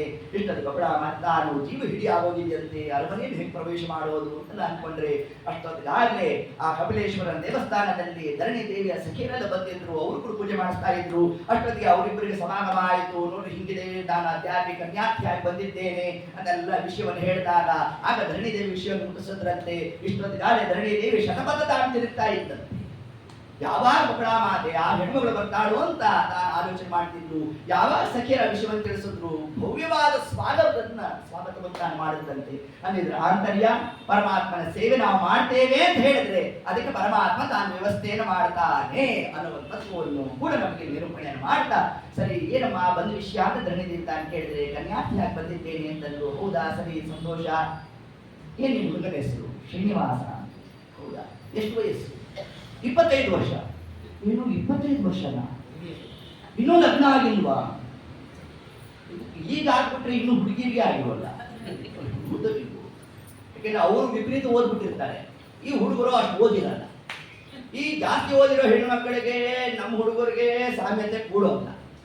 ಕೊನೆಗೆ ಹುಡುಗಿ ಇವತ್ತಿನ ಕಾಲಕ್ಕೆ ಏನಾಗ್ತಿದೆ ಅಂತಂದ್ರೆ ವರ್ಣ ಸಾಂಕರ್ಯಕ್ಕೆ ಆಗ್ತಿದೆ ಹೊರತಾಗಿ ನಮ್ಮ ಧರ್ಮ ಮೊದಲೇ ಜನವಾರ ಕಟ್ಟು. ಇದರ ಜೊತೆಗೆ ನಾವು ನೀವು ಓದಿಸ್ರಿ, ಬೇಕಾದ ಮಾಡ್ರಿ, ಯಾರು ಅದಕ್ಕೆ ಕಲಿತಾ ಇಲ್ಲ. ಆದರೆ ಯೋಗ್ಯನಾದ ಒಳ್ಳೆ ಮನತನದ ನಮ್ಮ ವಂಶಕ್ಕೆ, ನಮ್ಮ ವಂಶವನ್ನು ಉದ್ಧಾರ ಮಾಡಿದ ಬರೀ ಪಗಾರ ತಗೊಳ್ಳೋದಷ್ಟೇ ಅಲ್ಲ, ಅಷ್ಟು ಬೇಕು ನಾವು. ಇಡೀ ನಮ್ಮ ವಂಶವನ್ನು ಉದ್ಧಾರ ಆಗಬೇಕು. ಒಬ್ಬ ಹೆಣ್ಣುಮಗಳನ್ನ ಲಗ್ನ ಮಾಡಿಕೊಟ್ಟಿದ್ದೇವೆ ಯೋಗ್ಯನಾದ ಬ್ರಾಹ್ಮಣನಿಗೆ ಅಂತಂದ್ರೆ ಅಲ್ಲಿಗೆ ಆ ಹೆಣ್ಣುಮಗಳು 21 ತಲೆಮಾರು ನಮ್ಮ ಪಿತೃಗಳ ಒಂದು ಋಣವನ್ನ ತಾನು ತೀರಿಸ್ಬಿಟ್ಟು ಅವಳಿಗೆ ಪ್ರತ್ಯೇಕವಾಗಿ ಪಿತೃಕಾರ್ಯ ಅಂತಾನೆ ಇಲ್ಲ. ಅವಳು ಇಷ್ಟು ಮಹತ್ವ ಯಾವುದಕ್ಕಿದೆ ಅಂತಂದ್ರೆ ಆ ಯೋಗ್ಯನಾದ ಪುರುಷನಿಗೆ ಕನ್ಯಾದಾನ ಮಾಡುವುದರಲ್ಲಿ ದಾನಂ ಧ್ರುವಂ ಫಲತಿ ಪಾತ್ರ ಗುಣಾನುಕೂಲ್ಯ. ಇದನ್ನೇ ಮಧ್ವವಿಜಯದಲ್ಲಿ ತಿಳಿಸಿದ್ದಾರೆ. ದಾನ ಕೊಡಬೇಕಾದ್ರೆ ಒಂದು ಪುಸ್ತಕ, ಒಂದು ಗೋದಾನ ಕೊಡಬೇಕಾದ್ರೇನೆ ನಾವು ಪರೀಕ್ಷೆ ಮಾಡಿ ಕೊಡಬೇಕು ಅಂತ ಹೇಳಿದೆ. ಯಾವುದನ್ನು ಪರೀಕ್ಷೆ ಮಾಡಬೇಕು? ಯೋಗ್ಯರಿಗೆ ನಾವು ಕೊಡಬೇಕು ದಾನ ಅಂತ ತಿಳಿಸಿದೆ. ಇದು ಕನ್ಯಾದಾನವನ್ನು ಮಾಡಬೇಕಾದ್ರೆ ಇನ್ನೆಷ್ಟು ನಾವು ಪರೀಕ್ಷೆ ಮಾಡಿದ್ದೇವೆ? ಕೇವಲ ಹಣ ಮತ್ತೊಂದು ಅದಷ್ಟೇ ನಮಗೆ ಮಾನದಂಡ ಅಲ್ಲ. ಹಾಗಾಗಿ ನಮ್ಮ ವಂಶ ಉದ್ಧಾರ ಆಗಬೇಕು. ಏಕಾದಶಿ ಮಾಡ್ತಾನೆ ಬ್ರಾಹ್ಮಣನಾಗಿರ್ಬೇಕು. ಕೊನೆ ಪಕ್ಷ ಅಷ್ಟಾದ್ರೂ ಮಾನದಂಡ ಇಟ್ಟು ನಾವು ಆ ಕಾರ್ಯ ಮಾಡಬೇಕು ಅನ್ನೋದನ್ನೇ ಅಲ್ಲಿ ತಿಳಿಸ್ತಾ ಇದ್ದಾರೆ. ಸರಿ, ಅಲ್ಲ 25 ವರ್ಷ ಆದ್ರೂ ನಿಮ್ ಹುಡುಗಂಗೆ ಲಗ್ನ ಆಗಿಲ್ಲ ಅಂತಂದ್ರೆ ಏನಾದ್ರು ಸ್ವಲ್ಪ ನ್ಯೂನತೆ ಇದೆಯೋ ಏನೋ ಅಂತಂದ್ರೆ, ಹಂಗೆಲ್ಲ ಏನಿಲ್ಲ, ನಮ್ಮ ಹುಡುಗನ್ ಈಗಾಗಲೇ ಒಂದು ಲಗ್ನ ಆಗಿದೆ. ಅಲ್ಲ, ಲಗ್ನ ಆಗಿದೆ ಮತ್ತೆ ಯಾಕೆ ಬಂದೆ ಕನ್ಯಾರ್ಥಿ ಆಗಿ ಅಂತಂದ್ರೆ ಏನಿಲ್ಲ, ಸ್ವಲ್ಪ ಜಗಳ ಆಗೋಯ್ತು, ಹೊರಟೋದ್ರು. ಇದು ಅದ್ರ ಜೊತೆಗೆ ಅವ್ರಿಗೆ ಮದ್ವೆ ಹೆಂಡತಿ ಮಕ್ಕಳು ಬೇರೆ ಇಲ್ಲ ನೋಡಿ, ಹಿಂಗೆ ಇರೋ ಬರೋ ಎಲ್ಲ ಅವ್ಯವಸ್ಥೆ ಅಂತ ಮಾಡಿದ್ರು. ಆಗ ಅನ್ಕೊಂಡಂತೆ ನಾ ಯಾಕೆ ಇವೆಲ್ಲ ಹೇಳಿಕೋದ್ರೆ ಕೈ ಮೀರಿ ಹೋದದ್ದು ಕೃಷ್ಣಾರ್ಪಣ ಅನ್ಕೋಬೇಕಷ್ಟೇ ಆಗ್ತದೆ. ಇನ್ನಾಯ್ತು ಧರಣಿ ದೇವಿ ನಮ್ಗೆ ಏನ್ ಕೊಡೋಲ್ಲ ಅಂತ ಮನಸ್ಸಿನಲ್ಲಿ ಅನ್ಕೊಂಡ್ರೆ ಆ ಕಾಲಕ್ಕಂದಂತೆ ಯಾಕೆ ಚಿಂತೆ ಇಲ್ಲ. ಈಗಾಗಲೇ ಒಬ್ಬ ಬೆಲ್ಲಿಂದ ಅಂದ್ರೆ ಕೊರಮಂಜಿ ಬಂದಿದ್ದು, ಬಂದು ಎಲ್ಲ ವಿಷಯವನ್ನು ತಿಳಿಸಿದ್ದು, ಅದಕ್ಕೆ ಅನುಗುಣವಾಗಿ ನಾವು ಒಪ್ಪಿಗೆ ಕೊಟ್ಟಿದ್ದೇವೆ ಅಂತ ನಾನು ಹೇಳಬೇಕಂತೆ. ಆದ್ರೂ ಕೂಡ ಮನಸ್ಸಿನಲ್ಲಿ ಸ್ವಲ್ಪ ಅಡುಕಿತ್ತಂತೆ. ಆ ಹುಡುಗನ ಬಗ್ಗೆ ನಾವು ತಿಳ್ಕೋಬೇಕಲ್ಲ ಅಂತ ಆ ಕಾಲಕ್ಕೆ ಪ್ರಸಿದ್ಧ ಯಾರನ್ನ ಬೃಹಸ್ಪತಿ ಆಚಾರ್ಯರು ಬಂದು, ಸ್ವಾಮಿ ಈ ಹುಡುಗನ ಬಗ್ಗೆ ಏನ್ ವಿಷಯ ಅಂತ ನೋಡಿ, ನಮಗಿಂತ ಸ್ವಲ್ಪ ದೊಡ್ಡವರಿದ್ದಾರೆ, ಅವ್ರನ್ನ ಕೇಳಿದ್ರೆ ನಿಮ್ಗೆ ಹೆಚ್ಚು ಪರಿಚಯ ಇದೆ ಅಂದ್ರೆ ಎಷ್ಟು ತಾರತಮ್ಯ ನೋಡ್ರಿ ಅಂತ ಆ ಶುಕಾಚಾರ್ಯನ ಕೇಳಿದ್ರು. ಸರಿ, ತೋಂಡಮಾನನ್ನು ಕಳಿಸ್ಕೊಟ್ರಂತೆ. ರಥಾರೂಢನಾಗಿ ಹೋದ ಶುಕಾಚಾರ್ಯ ಕೂತು ತಾವು ಧ್ಯಾನಾವಸ್ಥೆಯಲ್ಲಿದ್ರು. ಅವರು ಆ ಸಮಾಧಿ ಸ್ಥಿತಿಯಿಂದ ಹೊರಬರೋ ತನಕ ಚೋಳ ರಾಜಧಾನಿ ಕೂತಿರೋ ಕಾಲಕ್ಕೆ ಸ್ವಾಮಿ ನಮ್ಮ ಪದ್ಮಾವತಿಗೂ ಶ್ರೀನಿವಾಸನಿಗೂ ಕಲ್ಯಾಣ ಅಂತ ಬಿಡುತ್ತದೆ. ಇಷ್ಟಂದದ್ದೇ ಏತತ್ ಕಾಲಕ್ಕೆ ಒಂದು ಮುಹೂರ್ತ ಕಾಲ ನರ್ತನಾದಿಗಳನ್ನು ಮಾಡಿಬಿಟ್ರಂತೆ. ತೋಟವಾರ ಅನ್ಕೊಂಡ, ಅಲ್ಲ ನಾನು ಅನ್ಬಾರ್ದೇನಂತೆ, ಇವ್ರು ಯಾಕೆ ಹೀಗೆ ಆಡ್ತಾ ಇದ್ದಾರೆ ಅಂತ ತಾನು ಅನ್ಕೊಂಡ್ರೆ ಕೊನೆಯದಾಗಿ ಒಂದು ಮುಹೂರ್ತ ನಂತರ ಸ್ವಾಸ್ಥ್ಯಕ್ಕೆ ಬಂದ್ರು ಅಷ್ಟೇ ಆ ಶುಕಾಚಾರ್ಯರು. ರಾಜನ್ ಯಾಕೆ ಹಿಂಗೆ ಆಡ್ತಾ ಇದ್ದಾನೆ ಅಂತ ಅರ್ಥ ಮಾಡ್ಬೇಡಪ್ಪ, ಮತ್ತೇನಿಲ್ಲ, ಇನ್ನೊಂದಾವರ್ತಿ ಶ್ರೀನಿವಾಸ ದೇವರ ಕಲ್ಯಾಣ ನೋಡೋ ಸೌಭಾಗ್ಯ ಪ್ರಾಪ್ತಿ ಆಯ್ತಲ್ಲ ಅಂತ ಆನಂದ ಪಟ್ನೋ ಅಂತ ಈ ಅಂಶವನ್ನು ತಿಳಿಸ್ತಾರಂತೆ. ಅಂದ್ರೆ ಸಜ್ಜನರಿಗೆ ಆನಂದ ಯಾವುದರಿಂದ ಅಂತಂದ್ರೆ ನಗುವರೋ, ರೋಧಿಸುವರೋ, ನಾಟ್ಯವಾಡುವರೋ, ಬಗೆಯರೋ, ಬಡತನ ಭಾಗ್ಯ ಭಾಗವತರು, ಪಾಂಡು ರಂಗ ನಿನ್ನ ಕೊಂಡಾಡುವ ಮಂಗಳಾತ್ಮರ, ಸಂಘ ಸುಖವಿತ್ತು ಕಾಯೋ ಕರುಣಾ ಸಾಗರ. ಹೀಗೆ ನಗುವರೋ, ರೋಧಿಸುವ ನರ್ತಿಸುವರು, ನಾಟ್ಯವಾಡುವರು.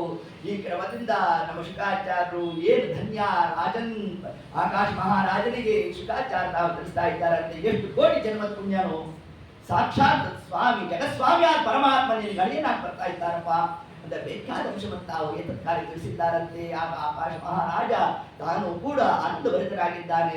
ಸ್ವಾಮಿ ಮುಂದೆ ನಾನು ಏನು ಮಾಡಬೇಕು, ನಾನು ಹೆಂಗೆ ಪತ್ರ ಬರಬೇಕು ನೋಡಿ. ಒಂದು ಗೊತ್ತಿಲ್ಲ, ಇವತ್ತು ನಮಗೂ ಕೂಡ ನೋಡಿ ಪತ್ರ ಬರೆದ ಅಭ್ಯಾಸ ಇಲ್ಲ. ಅದನ್ನೇ ಆಕಾಶ ಮಹಾರಾಜ ತಾನಂತೆ ಪತ್ರ ಬರೀಲಿಕ್ಕೆ ಗೊತ್ತಿಲ್ಲ ನನಗೆ, ಅದು ಯಾರಿಗೆ ಪರಮಾತ್ಮನ ಬರಬೇಕು, ಟೂ ಅಡ್ರೆಸ್ ಹೆಂಗಿರಬೇಕು ಅದ್ರ ಬಗ್ಗೆ ನೀವು ಹೇಳ್ಕೊಟ್ರಿ ಇದ್ರಂತೆ. ಅದಕ್ಕೆ ಗುರುಗಳು ಇರಬೇಕು ಅಂತ ತಿಳಿಸ್ತಾರೆ. ಆಗ ಆ ಶ್ರೀನಿವಾಸನಿಗೆ ಮದುವೆ ನಿಶ್ಚಯದ ದಿವಸ ಯಾವ ದಿವಸದಲ್ಲಿ ಆದದ್ದು ಅಂತಂದ್ರೆ ಅದನ್ನು ತಿಳಿಸ್ತಾರೆ. ಚೈತ್ರ ಶುಕ್ಲ ತ್ರಯೋದಶ್ಯಾಂ ಏತತ್ ಪತ್ರಂ ವಿಲಿಖ್ಯತೆ. ಚೈತ್ರ ಮಾಸ ಶುಕ್ಲಪಕ್ಷ ತ್ರಯೋದಶಿ ಆ ದಿವಸ, ಈ ದಿವಸದಲ್ಲಿ ಲಗ್ನ ಅನ್ನೋದನ್ನು ಬರೆಸಿದ್ರು. ಯಾವ ದಿವಸ? ವೈಶಾಖ ಮಾಸ ಶುಕ್ಲಪಕ್ಷ ದಶಮಿ ತಿಥಿ, ವಿಳಂಬಿ ನಾಮ ಸಂವತ್ಸರ. ನಮ್ಮ ಶ್ರೀನಿವಾಸಂದ ಇಷ್ಟು ಅಂಶವನ್ನು ತಿಳಿಸ್ತಾರಂತೆ. ತಿಳಿಸಿದಾಗ ಶ್ರೀನಿವಾಸಂದು ಶ್ರವಣ ನಕ್ಷತ್ರ, ಪದ್ಮಾವತಿದು ಮೃಗಶಿರಾ ನಕ್ಷತ್ರ. ಅವಳದು ಮಧ್ಯಮ ಪಾದ, ಶ್ರೀನಿವಾಸಂದು ಅಂತ್ಯಪಾದ. 8 ಗುಣ ಸೇರ್ಬಿಡ್ತಂತೆ ನೋಡಿ. ಇಬ್ಬರದು ಒಂದೇ ನಾಡಿ ಆಗಬಾರ್ದು, ಸಂತಾನ ಆಗಲ್ಲ, ಅದು ಬೇರೆ. ಅವೆಲ್ಲ ನೋಡಿದ್ರಂತೆ ಆ ಕಾಲಕ್ಕೆ. ಯಾವ ನೋಡಿದ್ರು ಕೂಡ ಎಲ್ಲ ಸಲ್ಲಕ್ಷಣ ಭರಿತರಾಗಿ ಸಕಲ ಗ್ರಹ ಬಲ ನೀನೇ ಸರಿಸಿದಾಕ್ಷ. ಎಲ್ಲ ಯಾವ್ಯಾವ ಗ್ರಹ ಬೇಕು ಅವನೇ ಎಲ್ಲ ಅಡ್ಜಸ್ಟ್ ಮಾಡ್ಬಿಟ್ಟಿದ್ದ. ಹೌದು, 36 ಔಟ್ ಆಫ್ 36 ಬರ್ಬೇಕು ನೋಡಿ, ಹಂಗೆ ವ್ಯವಸ್ಥೆ ಮಾಡ್ಬಿಟ್ಟಿದ್ದಂತೆ ನಮ್ಮ ಸ್ವಾಮಿ. ಹೀಗೆ ಮಾಡ್ತಾ ಕನ್ಯಾಂ ಪದ್ಮಾವತಿಂ ತುಭ್ಯಂ ದಾಸ್ಯಾಮೀತಿ ಮತಿರ್ಮಮ. ಆ ಕಾಲಕ್ಕೆ ಶುಕಾಚಾರ್ಯ ತಾವು ತಿಳಿಸಿದ್ರಂತೆ, ಹಿಂಗೆ ಬರಿಬೇಕಪ್ಪ. ತಾಂ ಅಂಗೀಕುರು ಗೋವಿಂದ ವಿವಾಹ ವಿಧಿಪೂರ್ವಕಂ ಶುಕೋ ವೇತ್ತಿ ಗುರುರ್ವೇತ್ತಿ ಹೃದಯಂ ಮಮ ಸರ್ವತಃ. ಆ ಕಾಲಕ್ಕಂದ್ರಂತೆ ಆಕಾಶ ಮಹಾರಾಜ ತಾನು ಬರ್ತಾ, ನನಗೇನು ಹೆಚ್ಚು ವಿಷಯ ಗೊತ್ತಿಲ್ಲ, ನನ್ನ ಮನಸ್ಸಿನ ಆಂತರ್ಯವನ್ನ ಗುರುರ್ವೇತ್ತಿ, ನನ್ನ ಗುರುಗಳಾದ ಶುಕಾಚಾರ್ಯ ತಿಳಿದಿದ್ದಾರೆ. ಯಾಕೆ ಮನೋನಿಯಾಮಕರು ಅದರಿಂದ ಅವರು ನನ್ನ ಮನಸ್ಸಿನ ನೋಡಿ, ಮನಸ್ಸಿನಲ್ಲಿ ವಿಷಯ ಇರುತ್ತೆ, ಹೇಳಬೇಕು ಅಂದ್ರೆ ನೋಡ್ರಿ ಇಲ್ಲಿ ವಿಷಯ ಇದೆಯಪ್ಪ, ಬರ್ತನೇ ಇಲ್ಲ ಬಾಯಿಗೆ ಅಂತೀವಲ್ಲ. ಉಪನ್ಯಾಸ ಮಾಡ್ಬೇಕಾದ್ರೆ ಅಂತೀವಿ ಒಂದ್ಸತಿ. ಯಾಕೆ ಅಲ್ಲ, ಯಾಕೆ ಬರುತ್ತೆ ಅಂತಂದ್ರೆ ಒಂದ್ಸತಿ ಕೆಮ್ಮು ಬರುತ್ತೆ. ಈಗ ಅನ್ಕೊಂತೀವಿ ಯಾಕೆ ಯಾಕೆ ಬರುತ್ತೆ ಅಂದ್ರೆ ಪದ ಬರ್ತಿರೋಲ್ಲ ಕಡೆಗೆ, ಸ್ವಲ್ಪ ಹುಡುಕ್ತಾ ಇರ್ತೀವಂತೆ ಅನ್ಕೊಳ್ಳೋದು. ನೀವ್ ಅನ್ಕೋಬೇಕ ಬಾಬಾ ಆಚಾರ್ಯಗೆ ಗಂಟು ನೋವು ಗಿಂಟು ನೋವು ಅಂತ ಏನಿಲ್ಲ, ಚೆನ್ನಾಗಿರ್ತೀವಿ. ಆದ್ರೆ ಶಬ್ದ ತಲೆ ಹೊಡಿತಾರಲ್ಲ ನೋಡಿ. ಹೈಗ್ರೀವ ನಾಮನಾಡು ಪರಮಾತ್ಮ ಒಂದು ಕ್ಷಣ ಕಾಲ ತಾನು ಕಾರ್ಯವನ್ನು ಸ್ಥಗಿತ ಮಾಡ್ದ ಅಂದ್ರೆ ಹೂ ಬಂದ್ಬಿಡುತ್ತಂತೆ. ವಾದಿರಾಜರನ್ನು ತಿಳಿಸಿದ್ರು. ಅದಕ್ಕೋಸ್ಕರ ಯಾರು ಚಿಂತನೆ ಮಾಡಬೇಕಂತೆ ನಾವು, ಹಯಗ್ರೀವ ಹಯಗ್ರೀವ ಹಯಗ್ರೀವೇದಿ ಯೋ ವದೇ ತತ್ಸ ನಿಸ್ಸರತೆ ವಾಣಿ ಕನ್ಯಾ ಜನ್ಮೋ ಪ್ರವಾಹವತು. ನಮ್ಮ ವಾತ್ಸರಣೆ ಗಂಗಾ ಪ್ರವಾಹದಂತೆ ಹರಿಬೇಕಾದರೆ ಅದಕ್ಕೆ ಯಾರು ಅನುಗ್ರಹ ಆಗಬೇಕು? ಹಯಗ್ರೀವ ದೇವರ ಅನುಗ್ರಹ ಆಗಬೇಕಂತೆ. ಒಂದು ಕ್ಷಣ ಕಾಲ ಹಯಗ್ರೀವ ದೇವರು ನೆನೆಸಿದ್ರು ಅಂದ್ರು ಜಡದತ್ತು. ಮುಖ್ಯ ಕಾರಣ ನೀನು ಸ್ವತಂತ್ರನೇ ಸಖ್ಯ ಸತ್ವರ ಪೋಷ್ಯ ಸರಸಿ ಜಾತ್ಯ ಮರೀಷ. ಹೀಗೆ ಕ್ರಮದಿಂದ ಎಲ್ಲದಕ್ಕೂ ಪರಮಾತ್ಮನಿಗೆ ತಾನು ಕಾರಣೀಭೂತನಾಗಿದ್ದಾನಂತೆ. ಇಷ್ಟು ಅಂಶವನ್ನು ಹೇಳುತ್ತಾ ಮುಂದೆ ಆ ಪತ್ರವನ್ನು ತಾನು ಬರೆಸ್ತಾ, ಕನ್ಯಾರ್ಥಂ ಪುರುಷೋತ್ತಮ, ಪರಮಾತ್ಮನಿಗೆ ಪುರುಷೋತ್ತಮ ಅಂತ ಅಡ್ರೆಸ್ ಹಾಕಿಸಿದ್ರು. ಯಾರು? ಶುಕಾಚಾರ್ಯ. ಹೇ ಪುರುಷೋತ್ತಮ, ಸಮಸ್ತ ಕಲ್ಯಾಣ ಗುಣಾರ್ಣವ ಪ್ರಭೋ ನಿತ್ಯಾಯ ಸತ್ಯಾಯ ಸುಖ ಸ್ವರೂಪಿಣಿ. ನಮ್ಮ ದೇವರು ನಿರ್ಗುಣ ಅಲ್ಲ, ನಿರಾಕಾರ ಅಲ್ಲ, ಅವನು ಸರ್ವಕಾಲದಲ್ಲಿ ಇರ್ತಕ್ಕಂಥವನು. ಅವನು ನಿತ್ಯಾಯ ಸತ್ಯಾಯ. ಇದೇ ಆಚಾರ್ಯರ ಸಿದ್ಧಾಂತ. ಅನ್ಯಮತ ಖಂಡನ, ಸ್ವಮತ ಸ್ಥಾಪನ. ಯಾವುದರಿಂದ?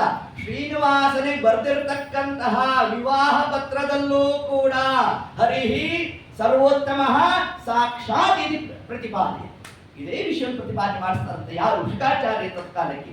ನಿತ್ಯಾಯ ಸತ್ಯಾಯ ಸುಖ ಸ್ವರೂಪಿಣಿ ಸಮಸ್ತ ಲೋಕ ಪ್ರಭವೇ ಮಹಾತ್ಮನೇ ಅಂತ ಪರಮಾತ್ಮನ ಬಗ್ಗೆ ಬೇಕಾದ ಶಬ್ದಗಳಂತ ಒಂದು ಪ್ರಯೋಗವನ್ನು ಮಾಡಿಸ್ತಾ ಆ ಪತ್ರವನ್ನು ಬರೆದು ಮುಂದೆ ಶುಕಾಚಾರ್ಯ ತಗೊಂಡು ಹೋಗಿ ಶ್ರೀನಿವಾಸನ ಕೈಗೆ ತಾವು ಕೊಡಬೇಕಂತೆ. ಶ್ರೀನಿವಾಸ ಅಷ್ಟೊತ್ತಿಗೆ ಈ 10th ಸ್ಟ್ಯಾಂಡರ್ಡ್ ಹುಡುಗರು ರಿಸಲ್ಟ್ ಬರೋದಿನ ಶತಪಥ ತಿರುಗ್ತಾ ಇರ್ತಾರೆ ನೋಡ್ರಿ, ಹಮ್ ತಿರುಗ್ತಾ ಇರ್ತಂತೆ, ಕೈ ಬಂದ್ಕೊಡೋದಂತೆ, ಈ ತರ ಮಾಡೋದಂತೆ. ಶುಕಾಚಾರ್ಯ ನೋಡೋದು, ಅವ್ರ ಬಳಿ ಓಡೋಗೋದು, ನನ್ನ ಕಾರ್ಯ ಕಾಯೋ ಹಣ್ಣು ಅನ್ನು ಶುಕಾಚಾರ್ಯ ನಕ್ರಂತೆ ತರ್ತಾರೆ. ಅಲ್ವ ಸ್ವಾಮಿ, ನಿನ್ನ ಹೆಸರು ಹೇಳಿದ್ರೇನೆ ಕಾರ್ಯ ಸಾಫಲ್ಯ ಆಗ್ತದೆ.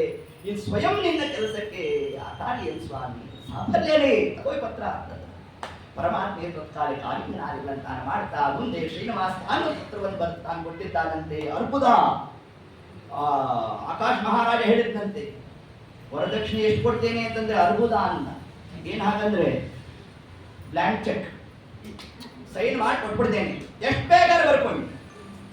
ಮೊದಲಿಗೆ ಈ ಚೆಕ್ ಕೊಡಬೇಡ್ರಿ ಶಿವಾಚಾರ್ಯ, ಅವ್ರದ್ದು ಏನು ಹೇಳ್ತೇನೆ ಕೇಳೋಣ, ಆಮೇಲೆ ಈ ಚೆಕ್ ಪ್ರೆಸೆಂಟ್ ಮಾಡಿ ಅಂತಿದ್ರು. ಇಷ್ಟು ಬೇರೆ ತಿಳಿಸ್ತಾರೆ.